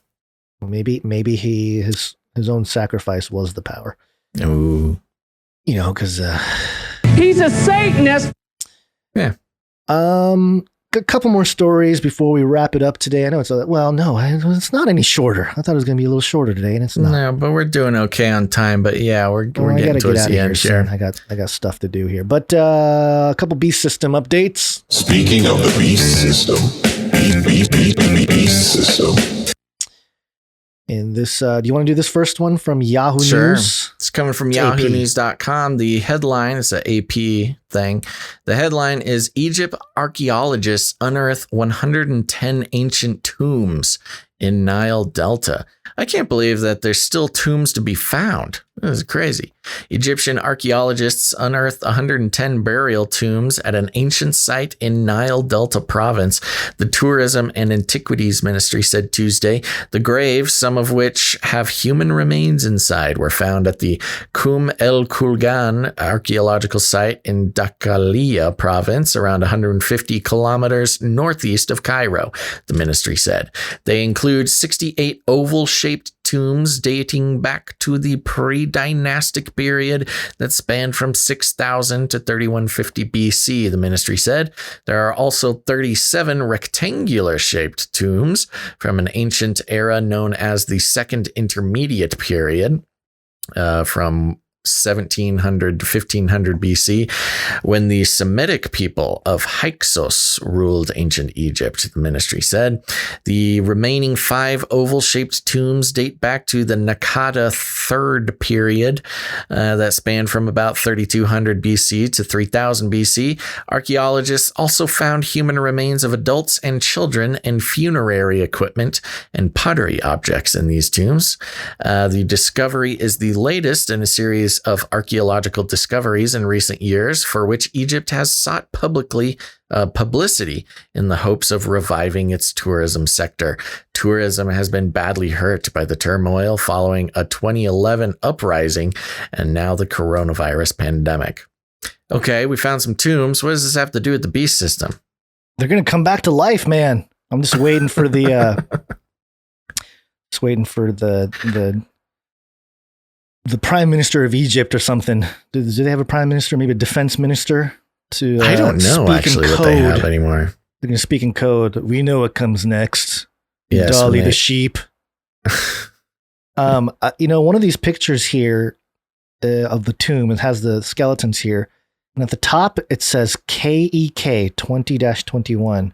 Oh, yeah. Isn't Kek Pepe the Frog? Kek is related to Pepe the Frog. Kek was I believe, the Egyptian god of chaos. Yeah. Interesting. Which is why they connected it to Pepe the Frog, sort of part of that whole chaos magic worldview. It's just interesting. Why would they put that there? I'm sure it's not related to the god, but maybe it is. I don't know. Who knows? So yeah, there's some pretty gnarly. And there's another one, Kek 20. Maybe that's the area. I don't know. There's a bunch of these photos have Kek written, in the little note. Kek was Oro is pointing it out on YouTube. Yes, he was the god of chaos, and he had a frog head. He was the frog-headed god, and was he was genderless, or in between genders. Yeah, see? Revelation, the spirit of frogs. Remember? You know now. Yes. You won't be confused now. I'll never forget. All right, one more story here. This you might be interested in this one, Basil. This one's from San Francisco Chronicle. Burning Man 2021 is officially canceled. But 2022 reservations are on sale for $2,500. Wow, that's even more expensive than they've ever been. That's crazy. Burning Man 2021 has officially been canceled. Organizers announced Tuesday, saying uncertainties surrounding the coronavirus pandemic, quote, are impossible to resolve in this time we have. Quote, we have decided to set our sights on Black Rock City 2022, organizers said in an announcement, referring to the temporary city erected in Nevada's Black Rock Desert for the event every summer. Instead, Burning Man is expected to go virtual from August 21st to September 5th. A similar event was hosted last year after the 2020 in-person Burning Man was scratched. Producers for the large-scale festivals, such as the highly anticipated Outside Lands Music and Art Festival in San Francisco's Cisco's Golden Gate Park, have opted to still move forward with their outdoor gatherings, which can attract more than 70,000 people a day to a later date than usual. Burning Man organizers said the logistics involved in pulling the event off this year, along with the permitting process in Nevada, have prevented them from doing the same. Quote, we have heard from many who don't feel ready to come to Black Rock City, organizers said. While we're confident in our ability to get a permit and to safeguard public health, we know that co-creating Black Rock City in 2021 would put tremendous strain on our community while we are still ironing out uncertainty. While no ticket for this year's festival were sold, Burning Man did advertise 1,000 reservations at the cost of $2,500 each for 2 future Burning Man events. Those reservations will roll over into 2022 and 2023, organizers said. Next year's Burning Man is scheduled for August 28th through September 5th.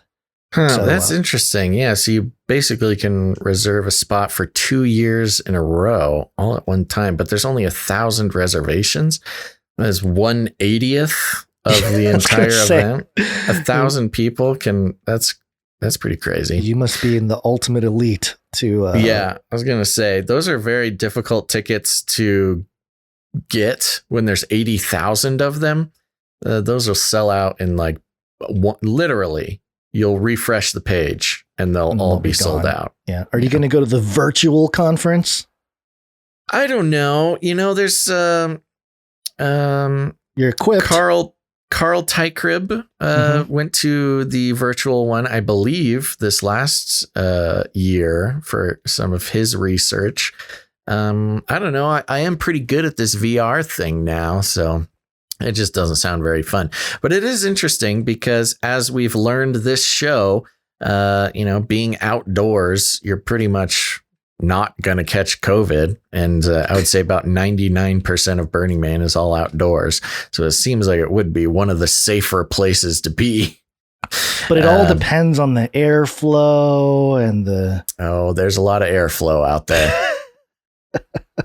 We have people asking, is Carl Tykrib's book any good? Yes, I would say it's definitely I would almost call it required reading. It is right here, Game of Gods. Mm-hmm. There you go. The Temple of Man in the Age of Reenchantment. We need to get Carl back on. I might. If you do purchase it, send him an email. Tell him you heard it from us. Yeah. We don't get paid or anything. It's just a fun way to say hi to him. Yeah. Okay. Okay. I think that's good. We did it. We did it. Okay. All right, folks. Let's see what kind of time. Oh, yeah. We're still over 3 hours. Okay. Yeah. We're consistency. That's good. All right, everybody. Thanks for tuning in to this episode of Canary Cry News Talk. We'll be back on Friday, the 30th of April. That's just in a couple days, folks. So make sure to put it on your calendar, turn on notifications. Don't forget to stop on by. Keep an eye on our social media as well as joining our mailing list so you can always make sure to catch a show if you want to do that. But we'll see you back here on Friday, the 30th, sometime in the morning time, Pacific Standard Time.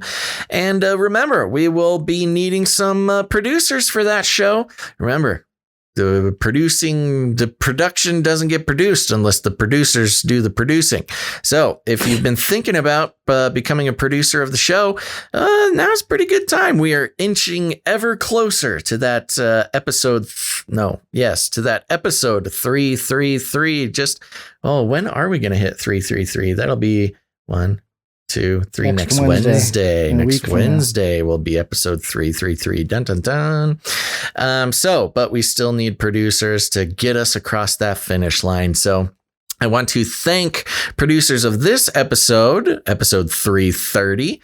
And those producers are Gray Matters, Kate P, Isaac G, Tristan H, Teresa H, Matthew M, Alicia JR, Melissa T, James H, Cherie H, a lot of H's. Interesting. Shield Labs, Katie R, Michael G, Daniel S, Jack V coming in with our crypto producership. Thank you very much. And those snail mail producers, Sandy and Catherine.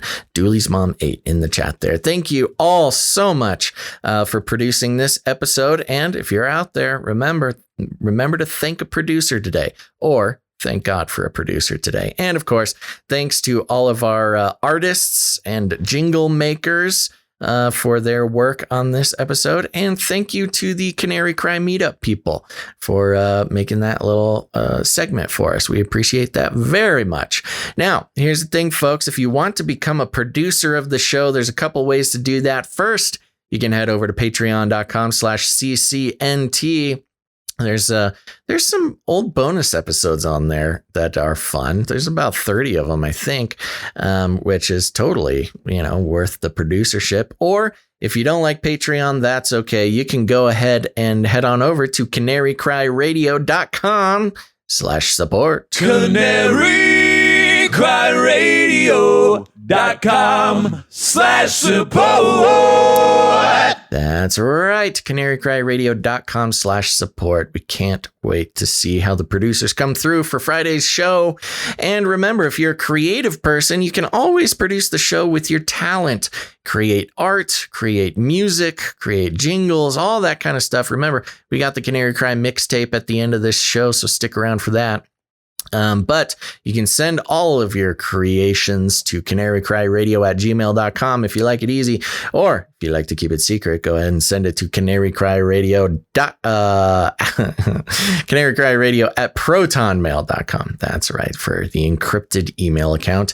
And there you go. Go ahead and do that. But you can also help out the show by just sharing it. Press the share button on your social media. Help spread the word. It's really one of the best ways to help the show out. You can also leave ratings and reviews. We'll be reading ratings and reviews on Friday, and we haven't gotten a whole lot of them since last Friday. So, you might have your own special segment if you leave a rating and a review on Friday's show. So make sure to do that. It's very helpful. Get the algorithms on our side. Or you can just go ahead and send the show to a friend. There's a lot of podcasts out there and it's hard to choose, but when someone you love or trust sends you a podcast to listen to, you're much more likely to listen to it. And then you'll have something to talk about. Isn't that fun? Imagine being able to talk about Canary Cry stuff, Canary Cry News Talk with your friends and family. Well, you can do that. Go ahead and send them an episode. Maybe it's this one. Maybe it's a different one. Whatever it is, just send them a link. they'll be very grateful for it. They're starting to wake up to the fact that the world is not what it seems. We like to call it rattling cages. So if you need any other instructions, here's what you do. You just walk right up to them, you grab them by the cage, and then you shake it. The end of the world occurred pretty much as we had predicted. I want to shake things up, stir up some controversy, rattle a few cages. Hey, stop that! You'll never silence me. I'm the last angry man, a crusader for the little guy. Leave the bird alone. Never. Rattle a few cages. Rattle a few cages. The human race will have every opportunity to improve. And if they don't? Ask Noah. That's right. Just ask Noah.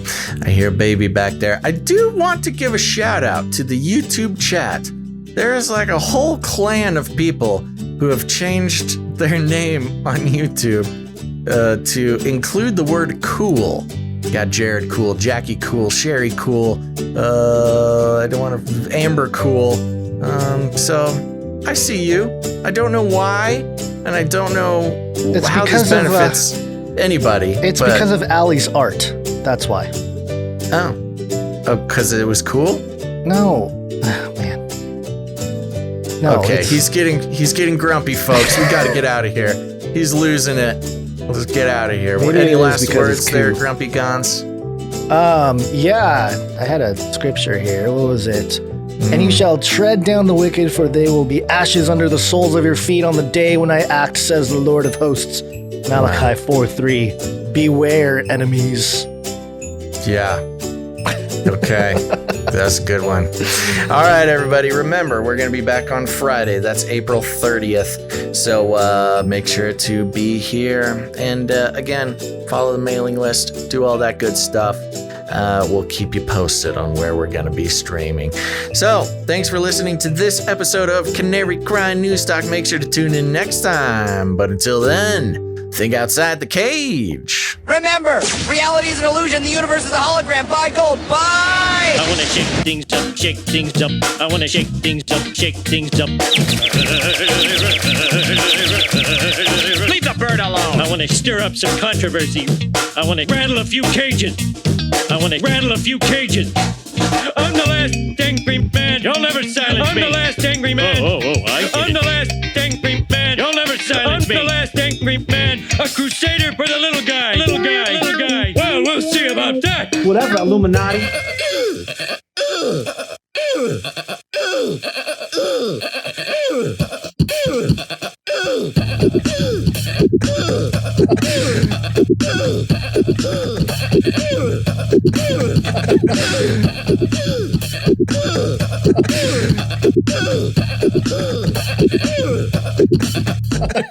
Fun fact, I believe it was another fun fact. Fun fact. Another fun fact. Brings me back to my Screamo days.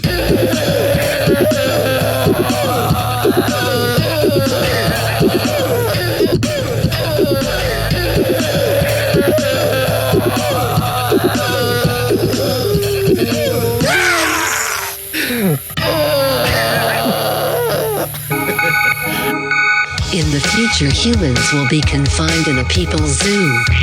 Come on, man. I'll keep you safe and warm in my people's zoo. Aliens.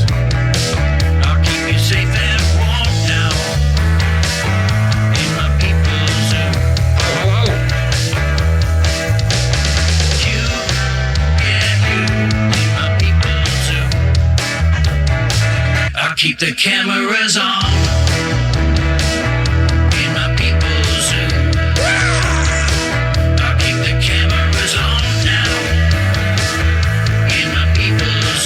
We're made by the aliens.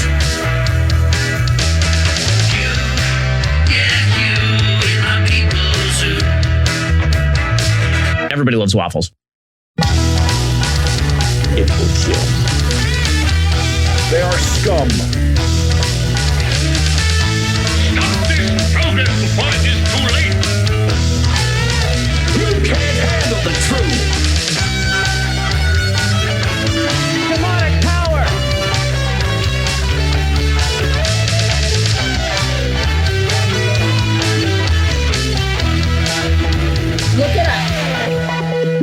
make you fat and sassy in my people's zoo. I'll make you fat and sassy in my people's zoo. Are you even woke?